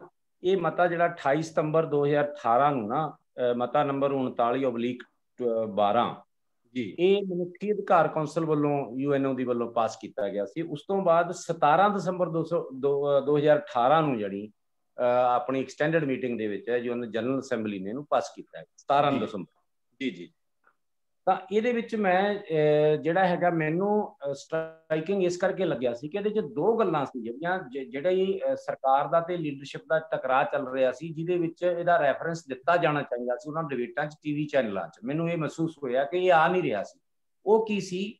ਨੰਬਰ 1 ਉਹਦੇ ਵਿੱਚ ਇਹਦੇ ਵਿੱਚ ਇਹ ਦਿੱਤਾ ਹੋਇਆ ਆਰਟੀਕਲ 2 ਦੇ ਜਿਹੜਾ ਹੈਗਾ ਸਬ ਪਾਰਟ ਦੇ ਵਿੱਚ 3 ਦੇ ਵਿੱਚ ਕਿ ਕਿਸੇ ਸਰਕਾਰ ਨੂੰ ਕੋਈ ਵੀ ਕਾਨੂੰਨ ਬਣਾਉਣ ਤੋਂ ਪਹਿਲਾਂ, ਕਿਸੇ ਦੇਸ਼ ਦੀ ਵੀ ਸਰਕਾਰ ਨੂੰ ਕੋਈ ਵੀ ਕਾਨੂੰਨ ਬਣਾਉਣ ਤੋਂ ਪਹਿਲਾਂ ਮਤਲਬ ਇਹ ਉਸਦੇ ਜਿਹੜੇ ਮਤਲਬ ਲੋਕ ਨੇ, ਕਿਸਾਨ ਨੇ ਜਾਂ ਉਦੋਂ ਪ੍ਰਭਾਵਿਤ ਹੋਣ ਵਾਲੇ ਵਿਅਕਤੀ ਨੇਗੇ, ਉਹਨਾਂ ਦੀ ਜਿਹੜੀ ਹੈਗੀ ਆ ਰਾਏ ਲੈਣੀ ਚਾਹੀਦੀ। ਉਹਨਾਂ ਦੇ ਨੁਮਾਇੰਦਿਆਂ ਦੀ ਰਾਏ ਲੈਣੀ ਚਾਹੀਦੀ ਹੈ। ਤੇ ਦੂਸਰਾ ਇਹਦੇ ਵਿੱਚ ਇਹ ਦਿੱਤਾ ਸੀਗਾ ਕਿ ਜਿਹੜੀ ਜਥੇਬੰਦੀਆਂ ਹੈਗੀਆਂ, ਜਿਹੜੀਆਂ ਇਹਦੀਆਂ ਨੁਮਾਇੰਦਾ ਕਿਸਾਨਾਂ ਦੀਆਂ ਜਥੇਬੰਦੀਆਂ ਹੈਗੀਆਂ, ਜਿਹੜੀਆਂ ਡੈਮੋਕ੍ਰੈਟਿਕ ਰਾਈਟਸ ਦੀ ਪ੍ਰੋਟੈਕਸ਼ਨ ਲਈ ਲੜਦੀਆਂ ਨੇ ਜਾਂ ਆਵਾਜ਼ ਉਠਾਉਂਦੀਆਂ ਨੇਗੀਆਂ, ਉਹਨਾਂ ਨੂੰ ਵੀ ਬਹੁਤ ਸਾਰੇ ਜੋਖਮ ਉਠਾਉਣੇ ਪੈਂਦੇ ਨੇ ਜੀ। ਤੇ ਜਿਹੜਾ ਕਿ ਅੱਜ ਹੋ ਰਿਹਾ ਹੈ ਹਿੰਦੁਸਤਾਨ ਦੇ ਵਿੱਚ, ਇਹ ਦੋ ਗੱਲਾਂ ਬੜੀਆਂ ਮਤਲਬ ਖੂਬਸੂਰਤ ਹੈਗੀਆਂ ਇਸ ਮਤੇ ਦੇ ਵਿੱਚ ਕਿ ਨੰਬਰ 1 ਕਿਸੇ ਵੀ ਸਰਕਾਰ ਨੂੰ ਕੋਈ ਕਾਨੂੰਨ ਬਣਾਉਣ ਲਈ ਉਹ ਤੋਂ ਪ੍ਰਭਾਵਿਤ ਹੋਣ ਵਾਲੇ ਲੋਕਾਂ ਦੀ ਰਾਏ ਲੈਣੀ ਚਾਹੀਦੀ ਹੈ ਪਹਿਲਾਂ, ਜਿਵੇਂ ਕਿ ਨਹੀਂ ਹੋਇਆ। ਇੱਥੇ ਬਿਨਾਂ ਕਿਸੇ ਦੀ ਰਾਏ ਲਈ ਉੱਪਰੋਂ ਇੱਕ ਫਰਮਾਨ ਥੋਪਦੇ। ਦੂਜੀ ਗੱਲ ਵੀ ਜਿਹੜੀਆਂ ਆਰਗੇਨਾਈਜੇਸ਼ਨਸ ਲੋਕਾਂ ਦੀ ਨੁਮਾਇੰਦਗੀ ਕਰਦੀਆਂ, ਉਹਨਾਂ ਦੇ ਹੱਕਾਂ ਦੀ ਪ੍ਰੋਟੈਕਸ਼ਨ ਦੇ ਲਈ, ਉਹਨਾਂ ਦੇ ਹੱਕਾਂ ਦੀ ਸਪੋਰਟ ਦੇ ਲਈ ਕੰਮ ਕਰਦੀਆਂ ਨੇ, ਉਹਨਾਂ ਨੂੰ ਜੋਖਮ ਉਠਾਉਣੇ ਪੈਂਦੇ ਨੇ। ਇਹ ਪਹਿਲਾਂ ਹੀ ਉਹਨਾਂ ਨੇ ਨੋਟ ਕੀਤਾ ਹੋਇਆ ਜੀ। ਹੋਰ ਬਹੁਤ ਸਾਰੀਆਂ ਗੱਲਾਂ ਇਹਦੇ ਵਿੱਚ ਵੱਖ-ਵੱਖ ਐਸਪੈਕਟ ਹੈਗੇ, ਉਹ ਜਿਉਂ ਆਪਾਂ ਗੱਲ ਕਰਾਂਗੇ ਅੱਗੇ ਜੀ। ਇਹ ਦੋ ਗੱਲਾਂ ਨੂੰ ਧਿਆਨ ਚ ਰੱਖ ਜੀ। ਹਾਂ, ਇਸ ਮਤੇ 'ਚ ਪ੍ਰੈਸ ਸਾਹਿਬ ਇੱਕ ਅਹਿਮ ਗੱਲ ਜਿਹੜੀ ਕਹੀ ਗਈ ਹੈ ਕਿ ਸਰਕਾਰ ਇਹੋ ਜਿਹੇ ਵਰਗਾਂ ਨੂੰ, ਜਿਹਦੇ ਵਿੱਚ ਕਿਰਤੀ ਆ ਜਾਂਦੇ ਨੇ, ਕਿਸਾਨ ਆ ਜਾਂਦੇ ਨੇ, ਬਾਕੀ ਜਿਹੜੇ ਡਾਊਨ ਟ੍ਰੋਡਨ ਵਰਗ ਨੇ, ਹਾਸ਼ੀਆਕ੍ਰਿਤ ਵਰਗ ਨੇ ਜਿਹੜੇ, ਉਹਨਾਂ ਨੂੰ ਸਮਾਜਿਕ ਸੁਰੱਖਿਆ ਮੁਹੱਈਆ ਕਰੇ। ਫਿਰ ਸਾਡੀਆਂ ਸਰਕਾਰਾਂ ਦੀ ਇਹੋ ਜਿਹੀ ਕੀ ਮਜਬੂਰੀ ਬਣ ਗਈ ਕਿ ਉਹ ਸਮਾਜਿਕ ਸੁਰੱਖਿਆ ਮੁਹੱਈਆ ਕਰਨ ਦੇ ਥਾਂ ਤੇ ਉਹਨਾਂ ਨੂੰ ਮਾਰਨ ਲਈ ਕਾਨੂੰਨ ਬਣਾਉਣ ਲੱਗ ਗਈ, ਉਲਟ ਉਹਨਾਂ ਦੀ ਲੁੱਟ ਲਈ ਉਹਨਾਂ ਨੂੰ ਕਾਰਪੋਰੇਟ ਨੂੰ ਖੁੱਲਾ ਛੱਡਦਾ ਹੈ। ਕੀ ਮਜਬੂਰੀਆਂ ਨੇ ਸਰਕਾਰ ਕਿਉਂ ਕਰ ਰਹੀ ਹੈ ਇਸ ਤਰ੍ਹਾਂ? ਦੇਖੋ, ਇੱਕ ਗੱਲ ਤਾਂ ਇਹ ਠੀਕ ਆ, ਆਪਾਂ ਇਸ ਨੂੰ ਡੈਮੋਕ੍ਰੇਸੀ ਕਹਿੰਦੇ ਆ ਜੀ। ਬੇਸਿਕਲੀ ਇੱਕ ਗੱਲ ਤਾਂ ਇਹਦੇ ਬਾਰੇ ਬਿਲਕੁਲ ਕਲੀਅਰ ਹੋਣੀ ਚਾਹੀਦੀ ਹੈ ਕਿ ਇਹ ਇੱਕ ਪੂੰਜੀਵਾਦੀ ਵਿਵਸਥਾ ਹੈ, ਜਿਹਨੂੰ ਅੱਜ ਕੱਲ ਅਸੀਂ ਉਹ ਕਾਰਪੋਰੇਟ ਘਰਾਣਿਆਂ ਦੇ ਕਬਜ਼ੇ ਦੀ ਗੱਲ ਕਹਿ ਦਿੰਦੇ ਆ, ਮਲਟੀਨੈਸ਼ਨਲ ਕਾਰਪੋਰੇਸ਼ਨ ਦੇ ਕਬਜ਼ੇ ਦੀ ਗੱਲ ਕਹਿਦੇ ਆ। ਉਹਨੂੰ ਰੂਪ ਭਾਵੇਂ ਕੋਈ ਦੇ ਲਓ ਤੁਸੀਂ।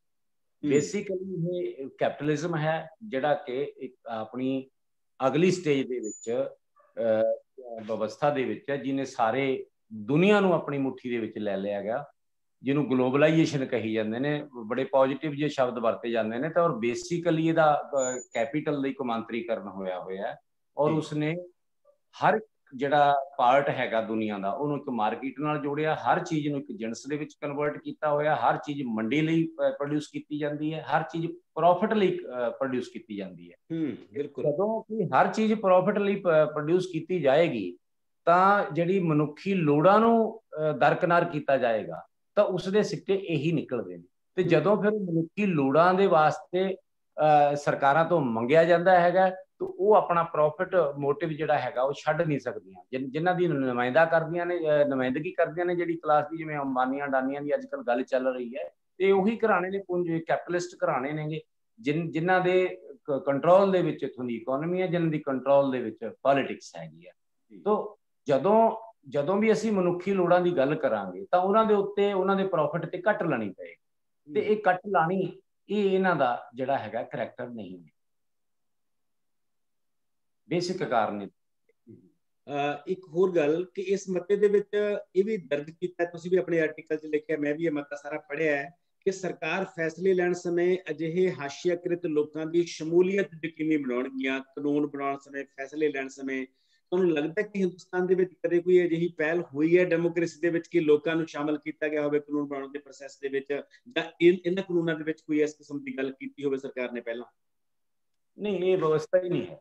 ਇਹ ਮਤਲਬ ਜਿਹੜਾ ਲੋਕਾਂ, ਕਿਉਂਕਿ ਨਾ ਤਾਂ ਉਹਨਾਂ ਦੀ ਜਿਹੜੇ ਸਾਡੇ ਕਾਨੂੰਨ ਮੁਤਾਬਕ, ਸਾਡੇ ਕਨਸਟੀਟਿਊਸ਼ਨ ਮੁਤਾਬਕ ਵੀ ਕੋਈ ਅਕਾਊਂਟੇਬਿਲਿਟੀ ਨਹੀਂ ਹੈ। ਜਿਵੇਂ ਉਦਾਹਰਨ ਦੇ ਤੌਰ ਤੇ ਇੱਕ ਵਾਰੀ ਜਿਹੜਾ ਲਾਅ ਮੇਕਰ ਹੈ, ਜਿਹਨੂੰ MP ਕਹਿੰਦੇ ਆ ਆਪਾਂ, ਉਹ ਇੱਕ ਵਾਰੀ ਚੁਣਿਆ ਜਾਂਦਾ ਹੈ ਤਾਂ ਉਹਨੂੰ ਹੁੰਦਾ ਹੈ ਕਿ 5 ਸਾਲ ਦਾ ਮੈਨੂੰ ਲਾਇਸੈਂਸ ਮਿਲ ਗਿਆ, ਮੈਂ ਲੋਕਾਂ ਨਾਲ ਜਿਵੇਂ ਮਰਜ਼ੀ ਬਿਹੇਵ ਕਰਾਂ, ਲੋਕਾਂ ਨੂੰ ਜੋ ਮਰਜ਼ੀ ਦੇਵਾਂ ਨਾ ਦੇਵਾਂ, ਇਹਦੇ ਵਾਸਤੇ ਮੇਰਾ ਉਹ ਕੁਝ ਨਹੀਂ ਕਰ ਸਕਦਾ। ਜਾਣੀ ਏਦਾਂ ਦੀ ਕੋਈ ਵਿਵਸਥਾ ਨਹੀਂ ਹੈਗੀ ਕਿ ਜੇਕਰ ਉਹ ਲੋਕਾਂ ਦੇ ਨੁਮਾਇੰਦੇ ਲੋਕਾਂ ਦੀ ਸਰਵਿਸ ਦੇ ਵਿੱਚ ਨਹੀਂ ਰਹਿੰਦੇ, ਉਹਨਾਂ ਦੀ ਸੇਵਾ ਨਹੀਂ ਕਰਦੇ, ਉਹਨਾਂ ਪ੍ਰਤੀ ਜ਼ਿੰਮੇਵਾਰ ਵਿਵਹਾਰ ਨਹੀਂ ਕਰਦੇ, ਉਹਨਾਂ ਦੀਆਂ ਲੋੜਾਂ ਦੀ ਪੂਰਤੀ ਨਹੀਂ ਕਰਦੇ, ਉਹਨਾਂ ਨੂੰ ਵਾਪਸ ਬੁਲਾਇਆ ਜਾ ਸਕਦਾ। ਏਦਾਂ ਦੀ ਪ੍ਰੋਵੀਜ਼ਨ ਸੰਵਿਧਾਨ ਦੇ ਵਿੱਚ ਨਹੀਂ ਹੈ। ਇਸ ਕਰਕੇ ਉਹ ਬਣ ਕੇ ਚੱਲਦੇ ਨੇ। ਆਮ ਵੀ ਤੁਸੀਂ ਦੇਖਦੇ ਹੋ ਕਿ 5 ਸਾਲਾਂ ਦੇ ਵਿੱਚੋਂ ਅਖੀਰਲੇ ਸਾਲ ਦੇ ਵਿੱਚ ਜੇ ਕੋਈ ਮਾੜਾ ਮੋਟੀ ਉਹਨਾਂ ਨੇ ਬੁਰਕੀ ਸਿੱਟਣੀ ਹੁੰਦੀ ਹੈ, ਕੁਝ ਦੇਣਾ ਹੁੰਦਾ ਸਹੂਲਤਾਂ, ਉਹ ਲਾਸਟ ਅਖੀਰਲੇ ਸਾਲ ਦੇ ਵਿੱਚ ਕਰਦੇ ਨੇ। ਤੇ ਲੋਕਾਂ ਨੂੰ ਵੀ ਇਸੇ ਤਰ੍ਹਾਂ ਦੀ ਉਹਨਾਂ ਦੀ ਮਾਨਸਿਕਤਾ ਬਣਾਈ ਹੋਈ ਹੈ ਵੀ ਹੁਣ ਅਖੀਰਲਾ ਸਾਲ ਆ ਗਿਆ, ਹੁਣ ਆਪਾਂ ਕੋਈ ਰੌਲਾ ਰੱਪਾ ਪਾਓ, ਹੋ ਸਕਦਾ ਹੁਣ ਦੇ ਦੇਣੇ। ਜੀ ਜੀ ਜੀ ਬਿਲਕੁਲ ਸਹੀ ਹੈ ਕਿ ਰਾਈਟ ਟੂ ਰੀਕਾਲ ਨਾਂ ਦੀ ਕੋਈ ਪ੍ਰੋਵੀਜ਼ਨ ਨਹੀਂ ਹੈਗੇ ਸਾਡੇ ਸੰਵਿਧਾਨ ਦੇ ਵਿੱਚ। ਚਲੋ ਇਹ ਨਹੀਂ ਵੀ ਹੈਗੀ, ਇਸ ਤੋਂ ਪਹਿਲਾਂ ਕਿਤੇ ਨਾ ਕਿਤੇ ਕੁਝ ਚੀਜ਼ਾਂ ਇਹੋ ਜਿਹੀਆਂ ਹੁੰਦੀਆਂ ਸੀ ਕਿ ਤੁਸੀਂ ਜੇ ਕੋਈ ਕਾਨੂੰਨ ਬਣਾਉਣਾ ਹੈ ਉਹਦੇ ਬਾਰੇ ਪਹਿਲਾਂ ਤੁਸੀਂ ਪਬਲਿਸਿਟੀ ਕਰੋ, ਅਖਬਾਰਾਂ ਦੇ ਵਿੱਚ ਜਾਂ ਕਿਸੇ ਵੀ ਮੀਡੀਆ ਰਾਹੀਂ ਲੋਕਾਂ ਤੱਕ ਗੱਲ ਜਾਵੇ, ਜਾਂ ਉਸ ਤੋਂ ਪਹਿਲਾਂ ਜਥੇਬੰਦੀਆਂ ਨੂੰ, ਕੰਸਰਨਡ ਜਥੇਬੰਦੀਆਂ ਨੂੰ ਇਨਵਾਈਟ ਕਰੋ, ਜਾਂ ਪਾਰਲੀਮੈਂਟ 'ਚ ਪੇਸ਼ ਕਰਨ ਤੋਂ ਬਾਅਦ ਉੱਤੇ ਪਾਰਲੀਮੈਂਟਰੀ ਕਮੇਟੀ ਬਣਾਓ। ਮਤਲਬ ਇਹੋ ਜਿਹੇ ਕੁਝ ਪ੍ਰੋਵੀਜ਼ਨ ਹੈਗੇ ਸੀ ਹਿੰਦੁਸਤਾਨ ਦੇ ਸੰਵਿਧਾਨ ਦੇ ਮੁਤਾਬਕ ਵੀ, ਪਰ ਇਹਨਾਂ ਕਾਨੂੰਨਾਂ ਦੇ ਪ੍ਰਸੰਗ ਦੇ ਵਿੱਚ ਸਰਕਾਰ ਨੇ ਉਹਨਾਂ 'ਚੋਂ ਕੁਝ ਵੀ ਲਾਗੂ ਨਹੀਂ ਕੀਤਾ। ਸਿੱਧੇ ਤੌਰ ਤੇ ਆਰਡੀਨੈਂਸ ਬਣਾ ਕੇ ਤੇ ਫਿਰ ਕਾਨੂੰਨ ਬਣਾ ਕੇ ਸਾਡੇ ਤੇ ਥੋਪਤਾ, ਜਿਹੜਾ ਇੱਕ ਵੱਡਾ ਮਸਲਾ ਹੈ। ਪ੍ਰੋਫੈਸਰ ਸਾਹਿਬ, ਇੱਕ ਹੋਰ ਗੱਲ ਇਸ ਕਾਨੂੰਨ ਦੇ ਪ੍ਰਸੰਗ ਦੇ ਵਿੱਚ, ਇਸ UNO ਦੇ ਮਤੇ ਦੇ ਪ੍ਰਸੰਗ ਦੇ ਵਿੱਚ, ਇਹਦੇ ਵਿੱਚ ਔਰਤਾਂ ਦਾ ਖਾਸ ਜ਼ਿਕਰ ਕੀਤਾ UNO ਨੇ।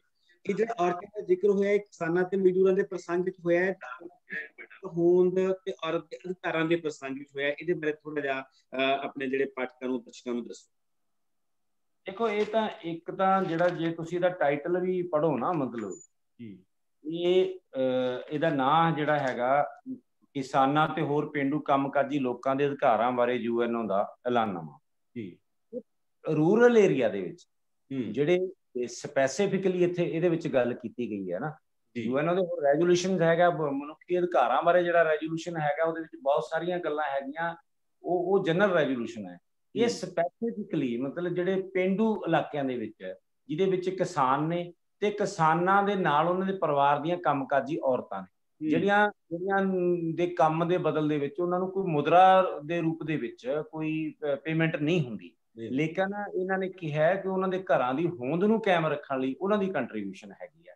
ਤੇ ਉਹਨਾਂ ਨੂੰ ਫਿਰ ਅੱਗੇ ਇੱਕ ਜਿਹੜਾ ਵਖਰੇਵਾਂ ਦਿੱਤਾ ਗਿਆ ਕਿ ਈਵਨ ਪ੍ਰਾਪਰਟੀ ਦੇ ਵਿੱਚ ਵੀ ਕਈ ਵਾਰੀ ਉਸ ਤਰ੍ਹਾਂ ਦੇ ਰਾਈਟ ਉਹਨਾਂ ਨੂੰ ਨਹੀਂ ਮਿਲਦੇ ਜਿੰਨੇ ਮਨੁੱਖਾਂ ਨੂੰ, ਮਤਲਬ ਡਬਲ ਉਹਨਾਂ ਨੂੰ ਮਾਰ ਪੈਂਦੀ ਹੈ। ਇੱਕ ਤਾਂ ਇਹ ਹੈਗਾ ਕਿ ਕਈ ਵਾਰੀ ਇਸ ਤਰ੍ਹਾਂ ਵੀ ਗਿਣਿਆ ਜਾਂਦਾ ਕਿ ਉਹ ਕੋਈ ਕੰਮ ਨਹੀਂ, ਉਹ ਕੋਈ ਮਤਲਬ ਪੈਦਾ ਨਹੀਂ ਕਰਦੀਆਂ ਜਾਂ ਉਹ ਕਮਾ ਕੇ ਨਹੀਂ ਲਿਆਉਂਦੀਆਂ। ਇਹ ਕਿਤੇ ਨਾ ਕਿਤੇ ਹਿਊਮਨ ਸਾਈਕੋਲੋਜੀ ਦੇ ਵਿੱਚ ਇਹ ਵੀ ਗੱਲ ਆਉਂਦੀ ਹੈ। ਮਤਲਬ ਉਹਦੇ ਨਾਲ ਜੁੜੀ ਹੈਗੀ ਆ, ਬੱਚਿਆਂ ਦੀ ਕੇਅਰ ਨਾਲ ਸੰਬੰਧਿਤ ਹੋਰ ਬਹੁਤ ਸਾਰੀ ਲੇਬਰ ਹੈਗੀ ਆ ਜਿਹੜੀ ਉਹ ਘਰਾਂ ਦੇ ਵਿੱਚ ਕਰਦੀਆਂ ਨੇ ਜੀ। तो मेरे ख्याल मुताबिक ਇਹ ਇੱਕ ਇੰਡੀਪੈਂਡੈਂਟ ਰੂਪ ਦੇ ਵਿੱਚ, ਕਿਉਂਕਿ ਦੂਸਰੇ ਜਿਹੜੇ ਰੈਜ਼ੋਲੂਸ਼ਨਸ ਹੈਗੇ ਆ ਬਹੁਤ ਸਾਰੇ, ਜਿਵੇਂ ILO ਵੀ ਹੈਗੇ ਆ, ਲੇਬਰ ਦੀ ਵੀ ਹੈਗੀ ਆ, ਜਨਰਲ ਮਨੁੱਖੀ ਅਧਿਕਾਰਾਂ ਦੀ ਹੈਗੀ ਆ, ਤੁਸੀਂ ਉਹਨਾਂ ਦੇ ਵਿੱਚ ਇਹ ਗੱਲ ਸਟੱਡੀ ਕਰ ਜੀ। ਪ੍ਰੋਫੈਸਰ ਸਾਹਿਬ, ਇੱਕ ਹੋਰ ਗੱਲ ਜਿਹੜੀ ਆਪਾਂ ਇੱਥੇ ਕਰੀਏ ਕਿ UNO ਸ਼ੁਰੂ ਤੋਂ ਹੀ ਕੈਪੀਟਲ ਇਕਨੋਮੀ ਤੇ ਕਾਰਪੋਰੇਟ ਸੱਭਿਆਚਾਰ ਨੂੰ ਪ੍ਰਮੋਟ ਕਰਨ ਵਾਲੇ ਮੁਲਕਾਂ ਦਾ ਗਲਬਾ ਰਿਹਾ ਇਸ ਅਦਾਰਿਆਂ ਤੇ, ਇਹਨੂੰ ਬਣਾਉਣ ਦੇ ਵਿੱਚ ਵੀ ਉਹਨਾਂ ਲੋਕਾਂ ਦਾ ਰੋਲ ਸੀ। ਫਿਰ ਤੁਹਾਨੂੰ ਕੀ ਲੱਗਦਾ ਕਿ ਜਿਹੜਾ ਇਸ ਮਨੁੱਖੀ ਅਧਿਕਾਰਾਂ ਦੀ ਨੇਚਰ ਵਾਲਾ ਜਿਹੜਾ ਮਤਾ ਹੈ, ਇਹਦਾ ਕੀ ਪਿਛੋਕੜ ਹੈ ਕਿ UNO ਨੇ ਇਹ ਮਤਾ ਕਿਉਂ ਲਿਆਂਦਾ, ਕਿਸ ਲੋੜ ਤੋਂ ਲਿਆਂਦਾ? ਇਹਦੇ ਵਿੱਚ ਨਾ ਸਭ ਤੋਂ ਵੱਡੀ ਗੱਲ ਜਿਹੜੀ ਹਿਸਟੋਰੀਕਲ ਕੰਟੈਕਸਟ ਨੂੰ ਦੇਖਣ ਦੀ ਹੈ। ਪਹਿਲੀ ਜਿਹੜੀ ਜੰਗ ਲੱਗੀ, ਉਸ ਤੋਂ ਬਾਅਦ ਲੀਗ ਆਫ ਨੇਸ਼ਨਸ ਜਿਹੜੀ ਬਣੀ ਸੀਗੀ 1920 ਦੇ 1919 ਦੇ ਐਂਡ ਤੇ 1920 ਦੇ ਵਿੱਚ, ਜਿਹੜੀ ਹੈਗੀ ਆ ਉਹ ਹੋਂਦ ਦੇ ਵਿੱਚ ਆਈ ਸੀਗੀ, ਜਿਹੜੀ 1946 ਤੱਕ ਉਹਦੀ ਹੋਂਦ ਰਹੀ ਹੈ। ਇਹ ਜਿਹੜੀ ਪ੍ਰੋਡਕਟ ਹੈਗੀ ਆ ਸੈਕੰਡ ਵਰਲਡ ਵਾਰ ਦੀ।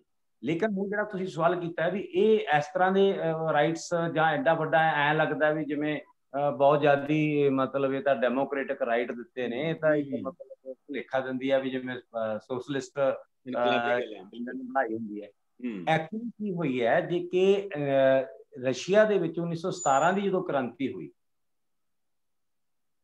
ਵਰਲਡ ਦੇ ਸੀਨ ਦੇ ਉੱਤੇ, ਦੁਨੀਆ ਦੇ ਸੀਨ ਦੇ ਉੱਤੇ ਜਿਹੜਾ ਕੈਪੀਟਲਿਜ਼ਮ ਦੇ ਪੈਰਲਲ ਮਾਰਕਸਵਾਦੀ ਸਿਧਾਂਤ ਦੇ ਤਹਿਤ ਇੱਕ ਸੋਸ਼ਲਿਸਟ ਜਿਹੜਾ ਹੈਗਾ ਵਿਚਾਰਧਾਰਾ ਦਾ, ਸੋਸ਼ਲਿਸਟ ਨਿਜ਼ਾਮ ਦਾ ਕਨਸੈਪਟ ਹੈਗਾ, ਉਹਨੇ ਤਕਰੀਬਨ ਜਿਹੜਾ ਹੈਗਾ 1/3 ਮਤਲਬ ਜਿਹੜੀ ਦੁਨੀਆ ਦੀ ਇਲਾਕਾ ਹੈਗਾ ਉਸਨੂੰ ਆਪਣੇ ਕਬਜ਼ੇ 'ਚ ਲਿਆ। ਤੋਂ 1945 ਤੱਕ ਤੁਸੀਂ ਦੇਖਿਆ ਜੇ ਐਕਚੁਅਲੀ ਹਿਟਲਰ ਨੂੰ ਕਿਸੇ ਨੇ ਮਤਲਬ ਜਿਹੜੇ ਉਹਦੇ ਐਡਵਾਂਸ ਨੂੰ ਰੋਕਿਆ ਹੈਗਾ ਤਾਂ ਉਹ ਰਸ਼ੀਆ ਨੇ ਰੋਕਿਆ ਸੀ ਉਸ ਟਾਈਮ ਦੇ। USSR ਜਿਹਨੂੰ ਮਤਲਬ ਜਿਹਦਾ ਨਾਮ ਰੱਖਿਆ ਗਿਆ ਸੀ 1917 ਦੀ ਕ੍ਰਾਂਤੀ ਤੋਂ ਬਾਅਦ। ਤਾਂ ਉਹਨਾਂ ਦੇਸ਼ਾਂ ਦੇ ਵਿੱਚ, ਜਿਨ੍ਹਾਂ ਦੇਸ਼ਾਂ ਦੇ ਵਿੱਚ ਕਮਿਊਨਿਸਟ ਕ੍ਰਾਂਤੀਆਂ ਹੋਈਆਂ ਸੀ, ਉਹਨਾਂ ਦੇਸ਼ਾਂ ਦੇ ਵਿੱਚ ਹਿਊਮਨ ਰਾਈਟਸ ਦੀ ਗੱਲ ਹੋਈ। ਖਾਸ ਕਰਕੇ ਜਿਵੇਂ ਮਤਲਬ ਯਹੂਦੀਆਂ ਦਾ ਘਾਣ ਹੋਇਆ ਸੈਕੰਡ ਵਰਲਡ ਵਾਰ ਦੇ ਵਿੱਚ, ਉਦੋਂ ਬਾਅਦ ਮਨੁੱਖੀ ਅਧਿਕਾਰਾਂ ਦਾ ਮਸਲਾ ਵੱਡੀ ਪੱਧਰ ਦੇ ਉੱਤੇ ਕਮਿਊਨਿਸਟਾਂ ਨੇ, ਮਾਰਕਸਵਾਦੀ ਵਿਚਾਰਧਾਰਾ ਰੱਖਣ ਵਾਲਿਆਂ ਨੇ, ਇਨਕਲਾਬੀਆਂ ਨੇ ਇਹ ਰੱਖਿਆ ਕਿ ਹਰ ਇੱਕ ਨੂੰ ਬਰਾਬਰ ਦਾ ਅਧਿਕਾਰ ਹੈ, ਔਰਤਾਂ ਨੂੰ ਬਰਾਬਰ ਦੇ ਰਾਈਟ ਨੇ, ਔਰ ਉਹਨਾਂ ਦੇਸ਼ਾਂ ਦੇ ਵਿੱਚ ਲਾਗੂ ਕੀਤਾ।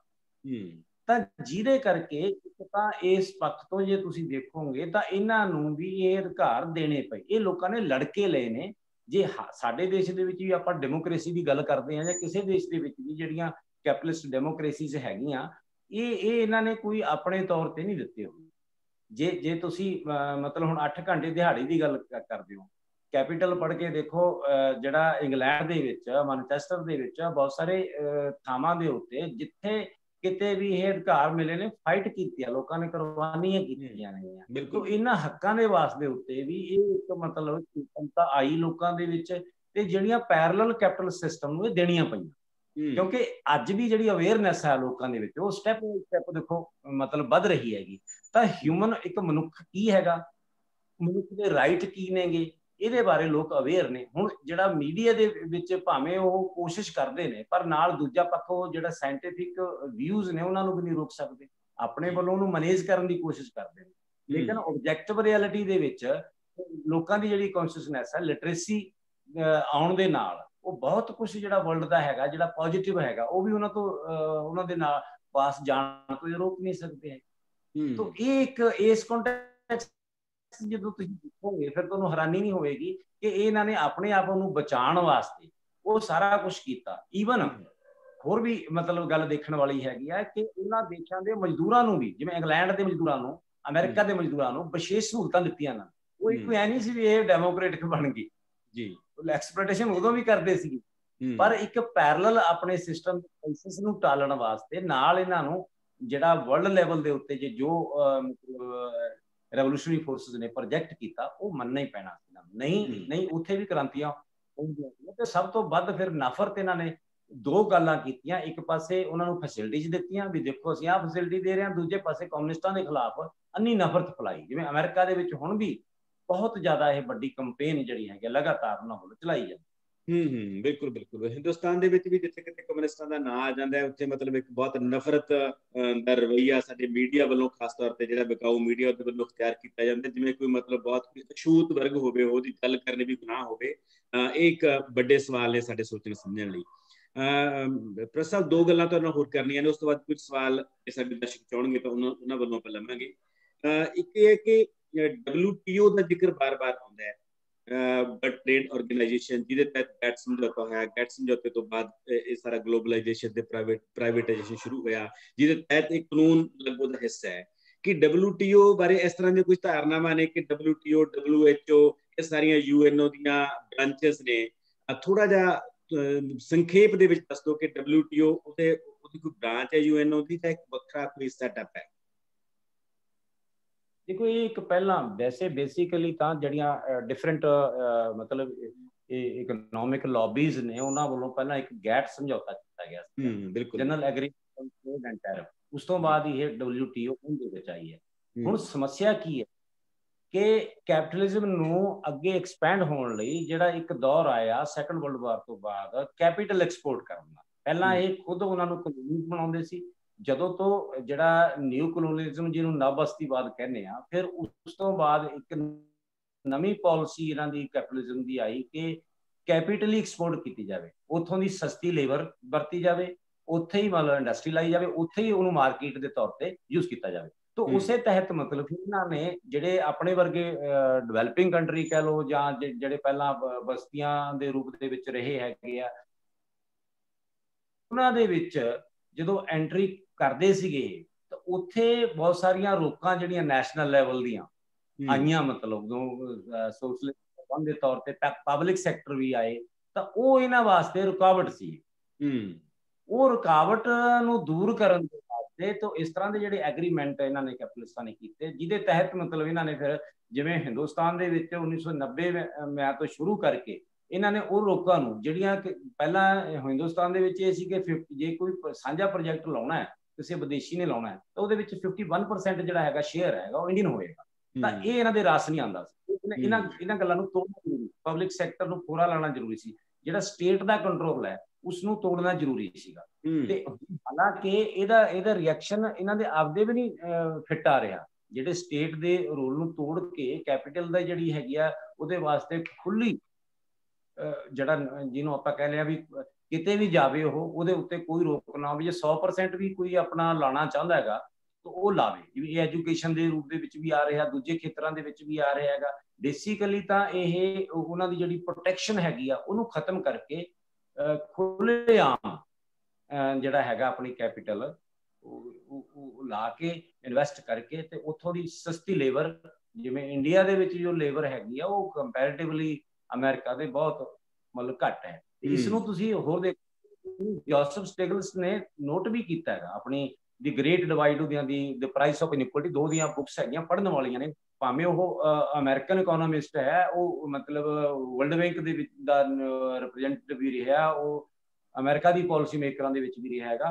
ਲੇਕਿਨ ਇੱਕ ਗੱਲ ਉਹਨੇ ਜ਼ਰੂਰ ਨੋਟ ਕੀਤੀ ਹੈ ਵੀ ਜਿਸ ਹਿਸਾਬ ਨਾਲ ਤੁਸੀਂ ਉਹਨਾਂ ਦੇਸ਼ਾਂ ਦੀ ਡਿਵੈਲਪਿੰਗ ਕੰਟਰੀ ਦੀ ਐਕਸਪਲੋਇਟੇਸ਼ਨ ਕਰ ਰਹੇ ਹੋ, ਤੇ ਇੱਕ ਹਾਲਤ ਇਹ ਬਣਨੀ ਹੈ ਕਿ ਕੋਈ ਮਤਲਬ ਜਿਹੜਾ ਹੈਗਾ ਡਿਮਾਂਡ ਹੀ ਨਹੀਂ ਰਹਿਣੀ ਤੁਹਾਡੀਆਂ ਚੀਜ਼ਾਂ ਦੀ। 1% ਕੋਲੇ ਸਾਰੀ ਜਿਹੜੀ ਦੌਲਤ ਹੈ ਉਹ ਇਕੱਠੀ ਕਰ ਰਹੇ ਹੋ। ਇਹ ਸਿਸਟਮ ਸਾਡਾ ਕੋਲੈਪਸ ਹੋ ਜਾਏਗਾ ਜੇ ਇਸ ਬਾਰੇ ਨਾ ਸੋਚਿਆ ਗਿਆ। ਤੁਸੀਂ ਐਜੂਕੇਸ਼ਨ ਤੇ ਜਿਹੜੀ ਸਟੇਟ ਨੂੰ ਕੰਟਰੋਲ ਕਰਕੇ, ਖਾਸ ਕਰਕੇ ਹੈਲਥ, ਐਜੂਕੇਸ਼ਨ, ਇਨਫਰਾਸਟਰਕਚਰ, ਇਹਦੇ ਵਿੱਚ ਖੁਦ ਸਟੇਟ ਨੂੰ ਇਨਵੈਸਟ ਕਰਨਾ ਚਾਹੀਦਾ। ਕਿ ਜਿਵੇਂ ਤੁਸੀਂ ਹੁਣ ਖੁੱਲ੍ਹ ਦੇ ਰਹੇ ਹੋ, ਜਿਵੇਂ ਆਪਣੇ ਇੰਡੀਆ ਦੇ ਵਿੱਚ ਵੀ ਇਹੀ ਹੋ ਰਿਹਾ ਨਾ, ਸਾਰੇ ਉਹ ਕੰਪਨੀਆਂ ਨੂੰ ਦੇ ਰਹੇ ਨੇ, ਸੜਕਾਂ ਬਣਾਓ, ਟੋਲ ਪਲਾਜ਼ੇ ਲਾਓ, ਬਿਲਕੁਲ ਐਜੂਕੇਸ਼ਨ 'ਚ ਜਾਓ, ਇਨਵੈਸਟਮੈਂਟ ਕਰੋ, ਲੁੱਟੋ, ਕੋਈ ਰੋਕ ਨਹੀਂ। ਅਸੀਂ ਇੱਕ ਰੈਫਰੀ ਸਾਈਡ ਦੇ ਉੱਤੇ ਰੈਫਰੀ ਆ। ਜਦੋਂ ਕਿ ਜਿਹੜੀ ਸਟੇਟ ਹੈ ਜਾਂ ਸਰਕਾਰ ਹੈ ਉਹਦੀ ਇੱਕ ਪਬਲਿਕ ਪ੍ਰਤੀ, ਉਹਦੀ ਬੇਸਿਕ ਨੈਸੈਸਿਟੀ ਪ੍ਰਤੀ ਰਿਸਪੌਂਸਿਬਿਲਿਟੀ ਹੋਣੀ ਚਾਹੀਦੀ ਹੈ। ਉਹਨਾਂ ਖੇਤਰਾਂ ਦੇ ਵਿੱਚ ਉਹਨੂੰ ਖੁਦ ਸਰਵਿਸ ਦੇਣੀ ਚਾਹੀਦੀ ਹੈ। ਜਿਹੜਾ ਇਹ ਕੁਝ ਹੋ ਰਿਹਾ ਹੈਗਾ, ਇਹ ਸਾਰਾ WTO ਦਾ ਉਹਨਾਂ ਜਿਹੜੇ ਹੈਗੇ ਸਮਝੌਤਿਆਂ ਦੇ ਤੌਰ ਤੇ ਹੈ। ਉਸੇ ਤਹਿਤ ਹੀ ਵਰਲਡ ਬੈਂਕ ਨੇ ਜਿਹੜੀਆਂ ਇੰਡੀਆ ਵਿੱਚ ਸ਼ਰਤਾਂ ਲਾਈਆਂ ਕਿ 3.5% ਜਿਹੜਾ ਪਬਲਿਕ ਸੈਕਟਰ ਦੇ ਤੁਸੀਂ ਚਿੱਟੇ ਹਾਥੀ ਪਾੜ ਕੇ ਨੇ ਇਹਨਾਂ ਤੇ ਕੱਟ ਲਾਉਣੀ, ਪੋਸਟਾਂ ਦੀ ਕੱਟ ਲਾਉਣੀ, ਹੌਲੀ ਹੌਲੀ ਇਸ ਤਰ੍ਹਾਂ ਖਤਮ ਕਰਨਾ ਤੇ ਉਧਰ ਨੂੰ ਜਾ ਰਹੇ। ਜੀ ਬਿਲਕੁਲ। ਇਹ ਖੇਤੀ ਕਾਨੂੰਨ ਵੀ ਇਹੀ ਮੌਕਾ ਦੇ ਰਹੇ ਨੇ ਕਿ ਸਾਡੇ ਖੇਤਾਂ ਨੂੰ ਸਾਡੇ ਕੋਲੋਂ ਖੋਹ ਕੇ ਸਾਨੂੰ ਮਜ਼ਦੂਰ ਬਣਾ ਕੇ ਤੇ ਇੱਥੇ ਪ੍ਰੋਸੈਸਿੰਗ ਯੂਨਿਟਾਂ ਤੇ ਵੱਡੀਆਂ ਫੈਕਟਰੀਆਂ ਲਾ ਕੇ ਤੇ ਬਣਾਏ ਹੋਏ ਸਮਾਨ ਨੂੰ ਆਪਣੇ ਮੌਲਾਂ 'ਚ ਬੰਦ ਕਰਕੇ ਕਸਟਮਰ ਤੱਕ ਇਹਨਾਂ ਨੇ ਪਹੁੰਚਾਉਣਾ ਤੇ ਸਾਰੇ ਕਸ ਦਾ ਮੁਨਾਫਾ ਆਪਣੀਆਂ ਜੇਬਾਂ 'ਚ ਪਾਉਣਾ ਹੈ। ਸੋ ਇਹ ਕਾਨੂੰਨ ਉਸ ਲਾਈਟ ਦੇ ਵਿੱਚ ਹੀ ਬਣੇ ਨੇ ਤੇ ਇਹਦਾ ਪਿਛੋਕੜ ਵੀ ਇਹੀ ਹੈ। ਪਰ ਸਭ 2 ਗੱਲਾਂ ਕਰਨੀਆਂ ਨੇ। ਇੱਕ ਗੱਲ ਇਹ ਕਿ ਇਹ ਸਾਰਾ ਜਿਹੜਾ ਕੁਝ ਅੱਜ ਆਪਾਂ ਤੁਸੀਂ ਗੱਲ ਕੀਤੀ UNO ਦੇ ਮਤੇ ਦੇ ਪ੍ਰਸੰਗ ਦੇ ਵਿੱਚ, ਕਿ ਸਾਡੀਆਂ ਕਿਸਾਨ ਜਥੇਬੰਦੀਆਂ ਨੂੰ ਇਸ ਮਤੇ ਨੂੰ ਜਾਂ ਇਹੋ ਜਿਹੇ ਹੋਰ ਕੋਈ ਅੰਤਰਰਾਸ਼ਟਰੀ ਸਮਝੌਤਿਆਂ ਬਾਰੇ ਕੋਈ ਸੈੱਲ ਬਣਾ ਕੇ ਜਾਂ ਆਪਣੇ ਲੈਵਲ ਤੇ ਕੁਝ ਉਹਨਾਂ ਦੀ ਸਟੱਡੀ ਕਰਨੀ ਚਾਹੀਦੀ ਹੈ ਤੇ ਉਸ ਨੂੰ ਲੋਕਾਂ ਤੱਕ ਲੈ ਕੇ ਜਾਣਾ ਚਾਹੀਦਾ ਤੇ ਇੰਟਰਨੈਸ਼ਨਲ ਲੈਵਲ ਤੇ ਸਰਕਾਰ ਦੀਆਂ ਨੀਤੀਆਂ ਨੂੰ ਐਕਸਪੋਜ਼ ਕਰਨਾ ਚਾਹੀਦਾ ਕਿ ਸਰਕਾਰ ਲੋਕਾਂ ਦੇ ਹਿੱਤਾਂ ਦੇ ਖਿਲਾਫ ਕੰਮ ਕਰ ਰਹੀ ਹੈ? ਤੁਹਾਨੂੰ ਕੀ ਲੱਗਦਾ ਹੈ? ਦੇਖੋ, ਇੱਕ ਗੱਲ ਤਾਂ ਜਿਵੇਂ ਮੈਂ ਪਹਿਲਾਂ ਕੀਤੀ ਹੈ ਨਾ ਕਿ ਯੂਐਨਓ ਦੇ ਮਤੇ ਜੋ ਵੀ ਕੁਝ ਪੋਜ਼ਿਟਿਵ ਹੈ ਲੋਕਾਂ ਦੀ ਸਟਰਗਲ ਦੀ ਪ੍ਰੋਡਕਟ ਹੈ। ਪਹਿਲੀ ਗੱਲ ਤਾਂ ਕਲੀਅਰ ਹੋਣੀ ਚਾਹੀਦੀ ਹੈ, ਇਹ ਉਹਨਾਂ ਵੱਲੋਂ ਕੋਈ ਖੈਰਾਤ ਨਹੀਂ ਹੈਗੀ ਜੀ। ਦੂਸਰੀ ਗੱਲ ਇਹ ਵੀ ਕਲੀਅਰ ਹੈ ਕਿ ਇਹਦੀ ਕੋਈ ਮਤਲਬ ਲੀਗਲ ਬਾਈਂਡਿੰਗ ਨਹੀਂ ਹੈ।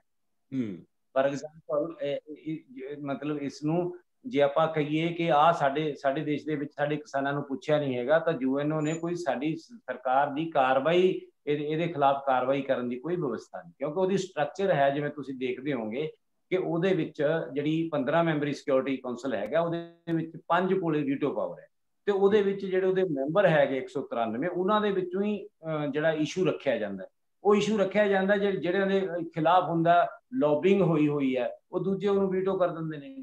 ਤੇ ਇਸ ਕਰਕੇ ਇਹਨੂੰ ਇੱਕ ਤਾਂ ਉਹਦੇ ਆਰਟੀਕਲ 10 ਔਰ 14 ਦੇ ਵਿੱਚ ਇਹਨੂੰ ਇੱਕ ਰਿਕਮੈਂਡੇਸ਼ਨ ਦੇ ਤੌਰ ਤੇ ਕਿਹਾ ਗਿਆ ਜਿਹਦੇ ਰੈਜ਼ੋਲੂਸ਼ਨ, ਤਾਂ ਇਹ ਮੰਨਣਾ ਚਾਹੀਦਾ ਕਿ ਇਹਦੇ ਤੇ ਜੇ ਤੁਸੀਂ ਕਹੋ ਇਹਦਾ ਉਹਨਾਂ ਕੀ ਰੋਲ ਹੈਗਾ, ਇਹਨੂੰ ਪ੍ਰਾਪੇਗੰਡੇ ਦੇ ਤੌਰ ਤੇ ਯੂਜ਼ ਕਰ ਸਕਦੇ ਆ ਵੀ ਆਹ ਦੇਖੋ ਜੀ ਜਿਹੜੀ ਵਰਲਡ ਦੀ ਇਹ ਸੰਸਥਾ ਹੈ ਇਹ ਵੀ ਆਹ ਕਹਿੰਦੀ ਹੈਗੀ, ਇਹਨੂੰ ਪ੍ਰਚਾਰ ਪ੍ਰਸਾਰ ਦਾ ਹਿੱਸਾ ਬਣਾ ਸਕਦੇ ਆ, ਇਹਨੂੰ ਲੌਜਿਕ ਦੇ ਤੌਰ ਦੇ ਉੱਤੇ ਜਿਵੇਂ ਟੀਵੀ ਚੈਨਲ ਤੇ ਡਿਬੇਟ ਚੱਲਦੀ ਹੈ ਉਹ ਉੱਥੇ ਅਸੀਂ ਯੂਜ਼ ਕਰ ਸਕਦੇ ਹਾਂ ਤੇ ਬਾਕੀ ਆਪਣੇ ਵੱਲੋਂ ਲਿਖ ਕੇ ਤੁਸੀਂ ਭੇਜ ਸਕਦੇ ਹੋ। ਇਹ ਇੱਕ ਵਰਲਡ ਲੈਵਲ ਦੇ ਉੱਤੇ ਸਾਡੀ ਕੰਪੇਨ ਦਾ ਹਿੱਸਾ ਬਣਨਾ ਚਾਹੀਦਾ। ਇਹ ਨਹੀਂ ਹੈਗਾ ਕਿ ਜੇ ਉਹਦੇ ਕੋਲੇ ਕੋਈ ਲੀਗਲ ਮਤਲਬ ਜਿਹੜੇ ਅਧਿਕਾਰ ਨਹੀਂ ਹੈਗੇ ਹਿੰਦੁਸਤਾਨ ਦੀ ਸਰਕਾਰ ਦੇ ਖਿਲਾਫ ਐਕਸ਼ਨ ਲੈਣ ਦਾ ਤਾਂ ਸਾਨੂੰ ਇਹਦੇ ਤੇ ਕਰਨਾ ਨਹੀਂ ਚਾਹੀਦਾ ਪ੍ਰਾਪੇਗੰਡੇ ਦੇ ਤੌਰ ਤੇ, ਕਿਉਂਕਿ ਅੱਜ ਕੱਲ ਜਿਹੜਾ ਹੈਗਾ ਪ੍ਰਾਪੇਗੰਡੇ ਦਾ ਬਹੁਤ ਵੱਡਾ ਰੋਲ ਹੈ, ਖਾਸ ਕਰਕੇ ਇਲੈਕਟ੍ਰੋਨਿਕਸ ਮੀਡੀਆ ਦੇ ਰਾਹੀਂ ਜਿਹੜੀਆਂ ਗੱਲਾਂ ਜਾਂਦੀਆਂ ਨੇ। ਮੈਂ ਇਸੇ ਕਰਕੇ ਪੁਆਇੰਟ ਆਊਟ ਕੀਤਾ ਸੀ ਕਿ ਸਾਡੇ ਕਿਸਾਨ ਆਗੂਆਂ ਵੱਲੋਂ ਟੀਵੀ ਚੈਨਲਾਂ ਦੇ ਉੱਤੇ ਇਸ ਨੂੰ ਇਸ਼ੂ ਨਹੀਂ ਬਣਾਇਆ ਗਿਆ ਬਾਈਪਾਸੀ ਰੂਪ ਦੇ ਵਿੱਚ। ਮੈਂ ਉਹ ਆਪਣੇ ਆਰਟੀਕਲ ਦੇ ਵਿੱਚ ਵੀ ਦਿੱਤਾ ਸੀ ਤੇ ਅੱਜ ਵੀ ਇਹੀ ਗੱਲ ਹੈਗੀ ਹੈ ਕਿ ਜਿੰਨੇ ਵੀ ਇਸ ਤਰ੍ਹਾਂ ਦੇ ਰੈਜ਼ੋਲੂਸ਼ਨ ਹੈਗੇ ਆ ਉਹਨਾਂ ਨੂੰ ਸਾਡੀ ਕੰਪੇਨ ਦਾ ਸਾਡੀ ਡਿਸਕਸ਼ਨ ਦਾ ਹਿੱਸਾ ਬਣਾਇਆ ਜਾਣਾ ਚਾਹੀਦਾ। ਸਿਰਫ ਇਸ ਕਰਕੇ ਨਹੀਂ ਵੀ ਇਹ ਜਿਹੜੇ ਹੈਗੇ ਆ ਇਹਦੇ ਕੋਲੇ ਕੋਈ ਪ੍ਰੈਕਟੀਕਲੀ ਅਧਿਕਾਰ ਨਹੀਂ ਹੈਗੇ, ਉਹ ਪੰਜ ਜਿਹੜੇ ਦੇਸ਼ਾਂ ਦੀ ਮੋਨੋਪੋਲੀ ਹੈਗੀ ਆ ਸਿਕਿਉਰਿਟੀ ਕਾਉਂਸਲ ਤੇ, ਸਿਰਫ ਇਹ ਕਰਕੇ ਇਹਨੂੰ ਆਊਟਰਾਈਟਲੀ ਰਿਜੈਕਟ ਨਹੀਂ ਕਰਨਾ ਚਾਹੀਦਾ। ਇੱਕ ਤਾਂ ਪ੍ਰਸਾਦ ਦੀ ਗੱਲ ਤੋਂ ਇਹ ਗੱਲ ਕਲੀਅਰ ਹੋਈ ਹੈ ਕਿ ਇਹਨੂੰ ਕੋਈ ਇੰਟਰਨੈਸ਼ਨਲ ਕੋਰਟ ਦੇ ਵਿੱਚ ਜਾਂ ਹੋਰ ਥਾਵਾਂ ਤੇ ਉਸ ਰੂਪ ਦੇ ਵਿੱਚ ਚੈਲੰਜ ਨਹੀਂ ਕੀਤਾ ਜਾ ਸਕਦਾ, ਕਿਉਂਕਿ ਇਹਦੇ ਵਿੱਚ ਇਹੋ ਜਿਹੀ ਕੋਈ ਪ੍ਰੋਵੀਜ਼ਨ ਨਹੀਂ ਹੈਗੀ ਕਿ ਇਸ ਨੂੰ ਇਸ ਤਰ੍ਹਾਂ ਆਪਾਂ ਲੀਗਲੀ ਚੈਲੰਜ ਕਰ ਸਕੀਏ। ਪਰ ਇਹਦਾ ਇੱਕ ਬਹੁਤ ਵੱਡਾ ਮਹੱਤਵ ਹੈ ਲੌਜਿਕ ਦੇ ਤੌਰ ਤੇ। ਅਸੀਂ ਇੰਟਰਨੈਸ਼ਨਲ ਲੈਵਲ ਤੇ ਸਰਕਾਰ ਦੇ ਖਿਲਾਫ ਇੱਕ ਕੰਪੇਨ ਖੜੀ ਕਰ ਸਕਦੇ ਕਿ ਦੇਖੋ ਜੀ ਇਹ ਮਨੁੱਖੀ ਅਧਿਕਾਰਾਂ ਦੀ ਉਲੰਘਣਾ ਕਰ ਰਹੀ ਹੈ, ਮਤੇ ਨੇ ਯੂਐਨਓ ਦੇ ਉਹਨਾਂ ਦੇ ਖਿਲਾਫ ਕੰਮ ਕਰ ਰਹੀ ਹੈ ਤੇ ਵਰਲਡ ਲੈਵਲ ਤੇ ਅਸੀਂ ਸਰਕਾਰ ਦੇ ਖਿਲਾਫ ਇੱਕ ਪਬਲਿਕ ਓਪੀਨੀਅਨ ਖੜਾ ਕਰ ਸਕਦੇ ਹਾਂ।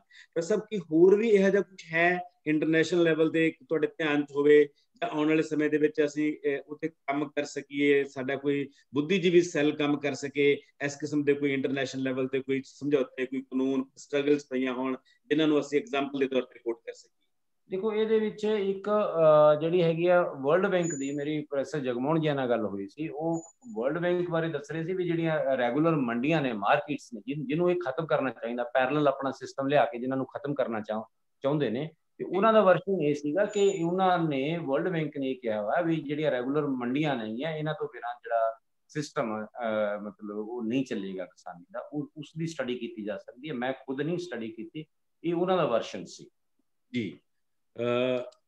ਤੇ ਇੱਕ ਚੀਜ਼ ਪ੍ਰਸਾਦ ਜਾਂਦੇ ਜਾਂਦੇ ਇਹ ਵੀ ਦੱਸੋ ਕਿ ਕੱਲ ਇੱਕ ਸਮਾਗਮ ਹੋ ਰਿਹਾ, ਚੰਡੀਗੜ੍ਹ ਕਨਵੈਨਸ਼ਨ ਹੋ ਰਹੀ ਹੈ, ਇਹੋ ਜਿਹੇ ਸਾਰੇ ਇਸ਼ੂਜ਼ ਤੇ ਕਿਸਾਨੀ ਸੰਘਰਸ਼ ਨਾਲ ਜੁੜੇ ਹੋਏ ਇਸ਼ੂਜ਼ ਤੇ ਥੋੜਾ ਜਿਹਾ ਬਰੀਫ ਦੇ ਵਿੱਚ, ਤਾਂ ਕਿ ਸਾਡੇ ਜੇ ਕੋਈ ਪਾਠਕ ਨੇ, ਦਰਸ਼ਕ ਨੇ ਉੱਥੇ ਜਾਣਾ ਚਾਹੁੰਦਾ ਹੋਵੇ, ਕੌਣ ਆ ਰਿਹਾ ਉੱਥੇ ਤੇ ਕੀ ਏਜੰਡੇ ਨੇ ਉਹਦੇ, ਕੀ ਹੋ ਰਿਹਾ, ਥੋੜਾ ਜਿਹਾ 1-2 ਮਿੰਟਾਂ ਦੇ ਬਰੀਫ ਦੇ ਵਿੱਚ ਉਹਦੇ ਬਾਰੇ ਜ਼ਰੂਰ ਦੱਸੋ। ਦੇਖੋ, ਉੱਥੇ ਜਿਹੜੇ ਮੇਨ ਸਪੀਕਰ ਨੇਗੇ ਉਹ ਇੱਕ ਤੇ ਆਪਣੇ ਪੀ ਸਾਈਨਾਥ ਜੀ ਨੇ ਜੀ ਤੇ ਦੂਜੇ ਦਵਿੰਦਰ ਸ਼ਰਮਾ ਜੀ ਨੇ ਜੀ। ਉਹ ਕਿਸਾਨੀ ਸਰੋਕਾਰਾਂ ਨਾਲ ਜੁੜੇ ਰਹੇ, ਲਿਖਦੇ ਵੀ ਰਹੇ ਨੇਗੇ। ਤੇ ਪੀ ਸਾਈਨਾਥ ਸਾਰੇ ਜਾਣਦੇ ਹਾਂ ਆਪਾਂ, ਜਿਹੜੇ ਹਿੰਦੁਸਤਾਨ ਲੈਵਲ ਦੇ ਉੱਤੇ ਉਹ ਇੱਕ ਅਜਿਹੀ ਹਸਤੀ ਹੈ ਜਿਹਨੇ ਕਿਸਾਨਾਂ ਦੀ ਮਤਲਬ ਅਗਵਾਈ ਕੀਤੀ ਹੈ। ਆਪਣੇ ਪੰਜਾਬ ਦਾ ਵੀ ਉਹਨਾਂ ਨੇ ਦੌਰਾ ਕੀਤਾ ਸੀ, ਵੱਖ-ਵੱਖ ਥਾਵਾਂ ਦੇ ਉੱਤੇ ਉਹਨਾਂ ਨੇ ਮੀਟਿੰਗਾਂ ਵੀ ਲਈਆਂ ਸੀਗੀਆਂ ਤੇ ਔਰ ਇੱਥੇ ਵੀ ਪਟਿਆਲੇ ਵਿੱਚ ਵੀ ਉਹ ਮਤਲਬ ਇੱਕ ਸੈਮੀਨਾਰ ਦੌਰਾਨ ਬੋਲ ਕੇ ਗਏ ਸੀਗੇ। ਤੇ ਉਹ ਸਾਰੇ ਮਤਲਬ ਜਿਹੜਾ ਹੈਗਾ ਉਹਨਾਂ ਨੇ ਆਪਣੇ ਵਿਚਾਰ ਰੱਖਣੇ। ਪ੍ਰੋਫੈਸਰ ਜਗਮੋਹਨ ਜੀ ਇਹ ਮਤਲਬ ਸਾਰੇ ਸੰਘਰਸ਼ਾਂ ਦੇ ਨਾਲ ਲੰਬੇ ਸਮੇਂ ਤੋਂ ਜੁੜੇ ਹੋਏ ਨੇ। ਹੁਣ ਵੀ ਉਹ ਮਤਲਬ ਇਸ ਗੱਲ ਦੇ ਉੱਤੇ ਜਿਹੜਾ ਕਨਸੈਂਟਰੇਟ ਕਰ ਰਹੇ ਨੇ ਕਿ ਜਿੰਨੇ ਵੀ ਬੁੱਧੀਜੀਵੀ ਨੇ ਉਹ ਵਿਅਕਤੀਗਤ ਰੂਪ ਦੇ ਵਿੱਚ ਤਾਂ ਕੱਲੇ ਤਾਂ ਐਫਰਟ ਕਰ ਰਹੇ ਨੇ, ਕਿਸਾਨੀ ਦੇ ਵਿੱਚ ਵੀ, ਕਿਸਾਨੀ ਲੀਡਰਸ਼ਿਪ ਦੇ ਨਾਲ ਵੀ, ਪ੍ਰੈਸ ਦੇ ਵਿੱਚ ਵੀ ਕਾਊਂਟਰ ਕਰ ਰਹੇ ਨੇ, ਮੀਡੀਆ ਦੇ ਵਿੱਚ ਕਾਊਂਟਰ ਕਰ ਰਹੇ ਨੇਗੇ ਸਰਕਾਰ ਦੇ ਵਿਊਜ਼ ਨੂੰ, ਪਰ ਉਹਨਾਂ ਦਾ ਇੱਕ ਕੋਆਰਡੀਨੇਟਡ ਐਫਰਟ ਵੀ ਹੋਣਾ ਚਾਹੀਦਾ। ਉਹਦੇ ਵਿੱਚ ਦੋ ਪੱਖ ਹੈਗੇ।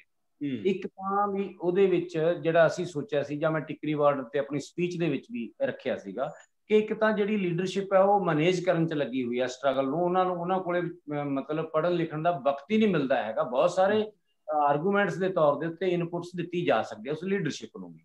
ਦੂਜਾ ਕਿ ਪੰਜਾਬ ਦੇ ਵਿੱਚ ਵੀ, ਕਿਉਂਕਿ ਇੱਥੋਂ ਲਗਾਤਾਰ ਜਿਹੜੀ ਹੈਗੀ ਆ ਫੀਡ ਮਿਲਣੀ ਚਾਹੀਦੀ ਆ ਉਸ ਸਟਰਗਲ ਨੂੰ, ਸਾਰੀਆਂ ਸਟੇਟਾਂ ਦੇ ਵਿੱਚ ਵੀ ਲਗਾਤਾਰ। ਇਹ ਨਹੀਂ ਵੀ ਜਿਹੜੇ ਉੱਥੇ ਬਾਗੇ ਬਸ ਉਹ ਟਿੱਕੇ ਰਹਿਣਗੇ ਉਹੀ ਲੜਨਗੇ, ਤੋਂ ਬਾਕੀ ਜਿਹੜੇ ਰਹਿ ਗਏ ਸੈਕਸ਼ਨ ਨੇ, ਜਿਵੇਂ ਮਤਲਬ ਸ਼ਹਿਰੀ ਸੈਕਸ਼ਨ ਹੋ ਸਕਦਾ ਹੈਗਾ, ਇਸੇ ਤਰ੍ਹਾਂ ਕੁਝ ਸੋਸ਼ਲ ਮੀਡੀਆ ਤੇ ਐਕਟਿਵ ਜਿਹੜਾ ਹੈਗਾ ਲੋਕ ਹੈਗੇ ਆ, ਇਸੇ ਤਰ੍ਹਾਂ ਪਿੰਡਾਂ ਦੇ ਵਿੱਚ ਜਿਹੜੀ ਇੱਕ ਮਤਲਬ ਅਵੇਅਰਨੈਸ ਵਾਲੀ ਕੰਪੇਨ ਆਰਗੂਮੈਂਟਸ ਦੇ ਤੌਰ ਦੇ ਉੱਤੇ ਉਹਨਾਂ ਦੀ ਕੌਨਸ਼ੀਅਸ ਨੂੰ ਰੇਜ਼ ਕਰਨ ਦੇ ਲਈ ਇਹ ਐਫਰਟ ਕਰਨ ਵਾਸਤੇ ਵੀ ਕੋਸ਼ਿਸ਼ਾਂ ਹੋ ਸਕਦੀਆਂ। ਉਹਨਾਂ ਦੀਆਂ ਮੀਟਿੰਗਾਂ ਵਗੈਰਾ ਕਰਾਈਆਂ ਜਾ ਸਕਦੀਆਂ, ਉਹਨਾਂ ਦੀਆਂ ਰੈਲੀਆਂ ਕਰਾਈਆਂ ਜਾ ਸਕਦੀਆਂ, ਪਿੰਡ ਪੱਧਰ ਦੇ ਉੱਤੇ ਮਤਲਬ ਉਹਨਾਂ ਨੂੰ ਜਾ ਕੇ ਇਹਦੇ ਬਾਰੇ ਐਜੂਕੇਟ ਕੀਤਾ ਜਾ ਸਕਦਾ ਹੈ। ਤੇ ਇਸੇ ਦੇ ਨਾਲ ਹੀ ਮਤਲਬ ਇਹਦੇ ਆਫਟਰ ਇਫੈਕਟਸ ਕੀ ਹੋ ਸਕਦੇ ਨੇ, ਇਹਦੀਆਂ ਰੈਪਰਕਸ਼ਨਸ ਕੀ ਹੋ ਸਕਦੀਆਂ ਨੇ ਆਉਣ ਵਾਲੇ ਸਮੇਂ ਦੇ ਵਿੱਚ। ਜੇ ਕੋਲ ਸਮ ਅਪ ਵੀ ਹੋ ਜਾਂਦਾ ਹੈ ਤਾਂ ਉਹ ਵੀ ਹੁਣੇ ਤੋਂ ਹੀ ਸਾਨੂੰ ਨਾਲ ਉਹ ਇੰਡੀਕੇਸ਼ਨ ਦੇਣੀ ਹੋਏਗੀ। ਭਵਿੱਖ ਦੀ ਜਿਹੜੀ ਹੈਗੀ ਹੈ ਦਿਸ਼ਾ ਦੇ ਹਿੰਟ ਵੀ ਜਾਣੇ ਚਾਹੀਦੇ ਨੇ। ਭਾਵੇਂ ਹਾਲ ਦੀ ਘੜੀ ਇਹ ਸਟਰਗਲ ਦੇ ਉੱਤੇ ਕੇਂਦਰਿਤ ਹੈ, ਪਰ ਉਹਨੂੰ ਬਿਲਕੁਲ ਇੱਥੇ ਤੱਕ ਹੀ ਨਹੀਂ ਰੱਖਣਾ ਚਾਹੀਦਾ। ਲੰਬੇ ਦਾਅ ਦੇ ਉੱਤੋਂ ਵੀ ਉਹਨਾਂ ਕੋਲ ਇੱਕ ਅਵੇਅਰਨੈਸ ਜਾਣੀ ਚਾਹੀਦੀ ਹੈ, ਕਿਉਂਕਿ ਇਹਨਾਂ ਕਾਨੂੰਨਾਂ ਤੋਂ ਪਹਿਲਾਂ ਵੀ ਕੋਈ ਹਾਲਤ ਚੰਗੀ ਨਹੀਂ ਸੀ ਕਿਸਾਨੀ ਦੀ। ਤੇ ਆਪਾਂ ਨੂੰ ਇਹ ਗੱਲ ਪੁੱਟ ਕਰਨੀ ਚਾਹੀਦੀ ਹੈ ਵੀ ਇਹ ਨਹੀਂ ਅਸੀਂ ਕਹਿੰਦੇ ਵੀ ਉਦੋਂ ਪਹਿਲਾਂ ਵਾਲੀ ਹਾਲਤ ਬਹੁਤ ਵਧੀਆ ਸੀ, ਅਸੀਂ ਇਹ ਕਹਿੰਦੇ ਆ ਵੀ ਵੱਧ ਤੋਂ ਬਦਤਰ ਹੋਏਗੀ ਇਹਦੇ ਨਾਲ। ਬਚਾ ਹੀ ਨਹੀਂ, ਇਹਦੇ ਨਾਲ ਲੈਂਡ ਦਾ ਕੁਐਸਚਨ ਜੁੜਿਆ ਹੋਇਆ, ਇਹਦੇ ਨਾਲ ਕਿਸਾਨੀ ਦੇ ਟੋਟਲ ਖਾਤਮੇ ਦਾ ਕੁਐਸਚਨ ਜੁੜਿਆ ਹੋਇਆ। ਜਿੰਨੀ ਉਹ ਸਪੀਡੀਲੀ ਮਤਲਬ ਆਪਣੀ ਕੈਪੀਟਲਿਸਟ ਪਾਲਿਸੀ ਨੂੰ ਲਾਗੂ ਕਰਨਾ ਚਾਹੁੰਦੇ ਨੇ, ਉਹਦੀ ਰਫ਼ਤਾਰ ਸਲੋ ਹੈ ਸਿਸਟਮ 'ਚ, ਇਹ ਸਮਝਦੇ ਨੇ। ਅਸਲ ਦੇ ਵਿੱਚ ਉਹ ਇਹੀ ਗੱਲ ਜਿਹੜੀ ਹੈਗੀ ਆ ਕਬਾਇਲੀ ਇਲਾਕਿਆਂ 'ਚ ਕਰ ਰਹੇ ਨੇ ਵੀ ਫਟਾਫਟ ਜਿਹੜਾ ਮਾਈਨਿੰਗ ਦਾ ਤੇ ਦੂਸਰਾ ਤੀਸਰਾ ਸਾਡੇ ਕਬਜ਼ੇ 'ਚ ਆ ਜੇ, ਮਲਟੀਨੈਸ਼ਨਲ ਕਾਰਪੋਰੇਸ਼ਨਾਂ ਨੂੰ ਸੌਂਪਿਆ ਜਾਵੇ। ਜੇ ਕੋਈ ਮੰਡੀ ਹੈ ਜਾਂ ਰੈਗੂਲੇਟਡ ਸਿਸਟਮ ਹੈ, ਉਹ ਉਹਨਾਂ ਦੀ ਉਸ ਐਕਸਪੈਂਸ਼ਨ 'ਚ ਰੁਕਾਵਟ ਬਣਦੀ ਹੈ, ਉਹਨੂੰ ਤੋੜਨਾ ਚਾਹੁੰਦਾ। ਦੋਸਤੋ, ਇੱਕ ਤਾਂ ਪ੍ਰੋਫੈਸਰ ਜੈਵ ਸਿੰਘ ਨੇ ਜਿਹੜੀ ਅਖੀਰ ਤੇ ਗੱਲ ਦੱਸੀ ਹੈ ਕਿ ਕੱਲ ਇੱਕ ਵੱਡਾ ਸੈਮੀਨਾਰ ਹੋ ਰਿਹਾ ਚੰਡੀਗੜ੍ਹ ਦੇ ਵਿੱਚ। ਜਿਹੜੇ ਦੋਸਤ ਇਸ ਦੀਆਂ ਹੋਰ ਪਰਤਾਂ ਬਾਰੇ ਜਾਣਨਾ ਚਾਹੁੰਦੇ ਨੇ ਉਹ ਜ਼ਰੂਰ ਉੱਥੇ ਜਾਣ। ਉਹਦਾ ਟਾਈਮ ਲਗਭਗ 11 ਵਜੇ ਹੈ। ਪੀ ਸਾਈਨਾਥ ਬਹੁਤ ਵੱਡੇ ਚਿੰਤਕ ਨੇ, ਕਿਸਾਨੀ ਮਸਲਿਆਂ ਦੇ ਚਿੰਤਕ ਨੇ। ਦਵਿੰਦਰ ਸ਼ਰਮਾ ਜੀ ਨੇ ਤੇ ਲਿਬਰਹਾਨ ਜਿਹੜੇ ਸਾਡੇ ਜੱਜ ਸਾਹਿਬਾਨ ਨੇ, ਉਹ ਤਿੰਨ ਵੱਡੇ ਬੰਦੇ ਆ ਰਹੇ ਨੇ। ਆਪਾਂ ਉਹਨਾਂ ਨੂੰ ਸੁਣ ਸਕਦੇ ਹਾਂ, ਉਹਨਾਂ ਤੋਂ ਬਹੁਤ ਕੁਝ ਸਮਝ ਸਕਦੇ ਹਾਂ। ਤੇ ਦੂਜਾ, ਜੇ ਤੁਹਾਡਾ ਕੋਈ ਸਵਾਲ ਹੈਗਾ ਕਿਸੇ ਦੋਸਤ ਦਾ ਤਾਂ ਅਸੀਂ ਇੱਕ ਅੱਧਾ ਸਵਾਲ ਲੈ ਸਕਦੇ ਹਾਂ 1-2 ਮਿੰਟ ਦੇ ਵਿੱਚ। ਸੋ ਤੁਹਾਨੂੰ ਰਿਕੁਐਸਟ ਹੈ ਕਿ ਜਿਹੜਾ ਵੀ ਜੇ ਕੋਈ ਦੋਸਤ ਕਿਸੇ ਦੇ ਮਨ ਦੇ ਵਿੱਚ UNO ਦੇ ਮਤੇ ਬਾਰੇ, ਅੰਤਰਰਾਸ਼ਟਰੀ ਸਰੋਕਾਰਾਂ ਬਾਰੇ ਜਾਂ ਕਿਸਾਨ ਸੰਘਰਸ਼ ਦੀ ਕਿਸੇ ਲੇਅਰ ਬਾਰੇ ਕੋਈ ਵੀ ਗੱਲ ਕਿਸੇ ਦੇ ਮਨ ਦੇ ਵਿੱਚ ਹੈਗੇ ਆ, ਤਾਂ ਤੁਹਾਨੂੰ ਅਸੀਂ ਸੱਦਾ ਦਿੰਦੇ ਹਾਂ ਕਿ ਤੁਸੀਂ ਉਹ ਸਵਾਲ ਕਰ ਸਕਦੇ ਹੋ। ਅਦਰਵਾਈਜ਼ ਸਾਡੇ ਇਸ ਪ੍ਰੋਗਰਾਮ ਦਾ ਲਗਭਗ ਸਮਾਂ ਅਸੀਂ ਕ੍ਰਾਸ ਕਰ ਰਹੇ ਹਾਂ। ਸੋ ਫਿਰ ਵੀ ਤੁਹਾਨੂੰ ਸੱਦਾ, ਜੇ ਤੁਹਾਡੇ ਮਨ ਦੇ ਵਿੱਚ ਕੋਈ ਸਵਾਲ ਹੈਗਾ ਤਾਂ ਤੁਸੀਂ ਕਰ ਸਕਦੇ ਹੋ।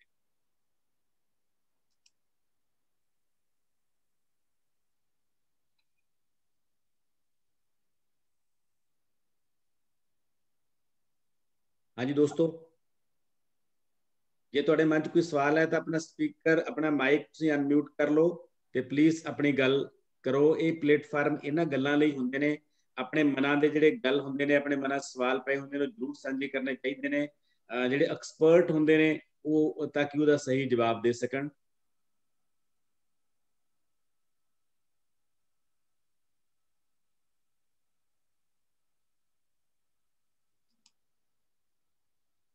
ਜੀ, ਮੈਨੂੰ ਲੱਗਦਾ ਕਿ ਆਪਾਂ ਗੱਲ ਬਹੁਤ ਵਿਸਥਾਰ ਦੇ ਵਿੱਚ ਕੀਤੇ ਪਏ, ਸਭ ਨੇ ਬਹੁਤ ਸਾਰੀਆਂ ਗੱਲਾਂ ਕਲੀਅਰ ਹੋ ਗਈਆਂ। ਪਰ ਫਿਰ ਵੀ ਫੇਸਬੁੱਕ ਤੇ ਵੀ ਲਗਾਤਾਰ ਇਹ ਲਾਈਵ ਹੋਇਆ, ਉੱਥੇ ਵੀ ਬਹੁਤ ਸਾਰੇ ਦੋਸਤ ਜੁੜੇ ਹੋਏ ਨੇ। ਜੇ ਕੋਈ ਵੀ ਸਵਾਲ ਤੁਹਾਡਾ ਹੋਇਆ ਤਾਂ ਤੁਸੀਂ ਉੱਥੇ ਵੀ ਲਿਖ ਸਕਦੇ ਹੋ ਕਮੈਂਟਸ ਦੇ ਵਿੱਚ। ਪ੍ਰੈਸ ਸਾਹਿਬ ਉੱਥੇ ਵਿਜ਼ਿਟ ਕਰਨਗੇ ਤਾਂ ਉਹ ਸਵਾਲ ਨੋਟ ਕਰ ਲੈਣਗੇ, ਉੱਥੇ ਵੀ ਜਵਾਬ ਦੇ ਸਕਦੇ ਨੇ। ਪ੍ਰੈਸ ਸਾਹਿਬ, ਤੁਹਾਡਾ ਅੱਜ ਦੀ ਇਸ ਗੱਲ ਲਈ ਬਹੁਤ ਬਹੁਤ ਧੰਨਵਾਦ। ਆਪਾਂ ਜੁੜੇ ਰਹਾਂਗੇ ਇਸ ਤੋਂ ਬਾਅਦ ਵੀ, ਕਿਉਂਕਿ ਬਹੁਤ ਸਾਰੇ ਪੱਖ ਨੇ। ਜੀ ਸੰਦੀਪ, ਕੁਝ ਕਹਿਣਾ ਚਾਹੁੰਦੇ ਹੋ?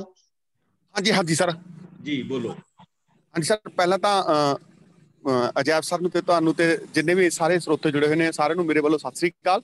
ਜੀ ਸਤਿ ਸ੍ਰੀ ਅਕਾਲ। ਤੇ ਮੈਂ ਤਾਂ ਇੱਕ ਛੋਟੀ ਗੱਲ ਕਹਿਣੀ ਸੀ ਸਰ ਕਿ ਜਿਵੇਂ ਅਜੈਬ ਸਰ ਨੇ ਸਟਾਰਟਿੰਗ ਦੇ ਵਿੱਚ ਆਖਿਆ ਕਿ ਵੀ ਜਿਹੜਾ ਹੋਰ ਸਟੇਟਾਂ ਦੇ ਵਿੱਚੋਂ ਸੰਘਰਸ਼ ਨਹੀਂ ਜੁੜ ਰਿਹਾ, ਤੇ ਉਹਦੇ ਪਿੱਛੇ ਮੈਂ ਵੀ 1-2 ਵੀਡੀਓ ਵੇਖੇ ਨੇ ਸੋਸ਼ਲ ਸਾਈਟਾਂ ਦੇ ਉੱਪਰ। ਉਹਨਾਂ ਦੇ ਵਿੱਚੋਂ ਉਹ ਜਿਹੜੀਆਂ ਵੀਡੀਓ ਨੇ ਉਹ ਉਹਨਾਂ ਲੋਕਾਂ ਵੱਲੋਂ ਨੇ ਜਿਹੜੇ ਬੇਸਿਕਲੀ ਤਾਂ ਪੰਜਾਬ ਦੇ ਬੰਦੇ ਨੇ, ਪਰ ਹੋਰ ਸਟੇਟਾਂ ਦੇ ਵਿੱਚ ਜਿਵੇਂ MP ਦੇ ਵਿੱਚ ਜਾਂ ਇਧਰਲੀਆਂ ਸਟੇਟਾਂ ਦੇ ਵਿੱਚ ਉਹ ਆਪਣੀ ਕੰਬਾਈਨਾਂ ਲੈ ਕੇ ਜਾਂਦੇ ਨੇ, ਤੇ ਜਿਹਦੇ ਕਰਕੇ ਉਹ ਦੱਸ ਰਹੇ ਸੀ ਕਹਿੰਦੇ ਸਾਡਾ ਵਾਹ ਉੱਥੋਂ ਦੇ ਆਮ ਲੋਕਾਂ ਨਾਲ ਪੈਂਦਾ ਗਾ, ਕਿਸਾਨੀ ਨਾਲ ਜੁੜਿਆ ਹੋਇਆ।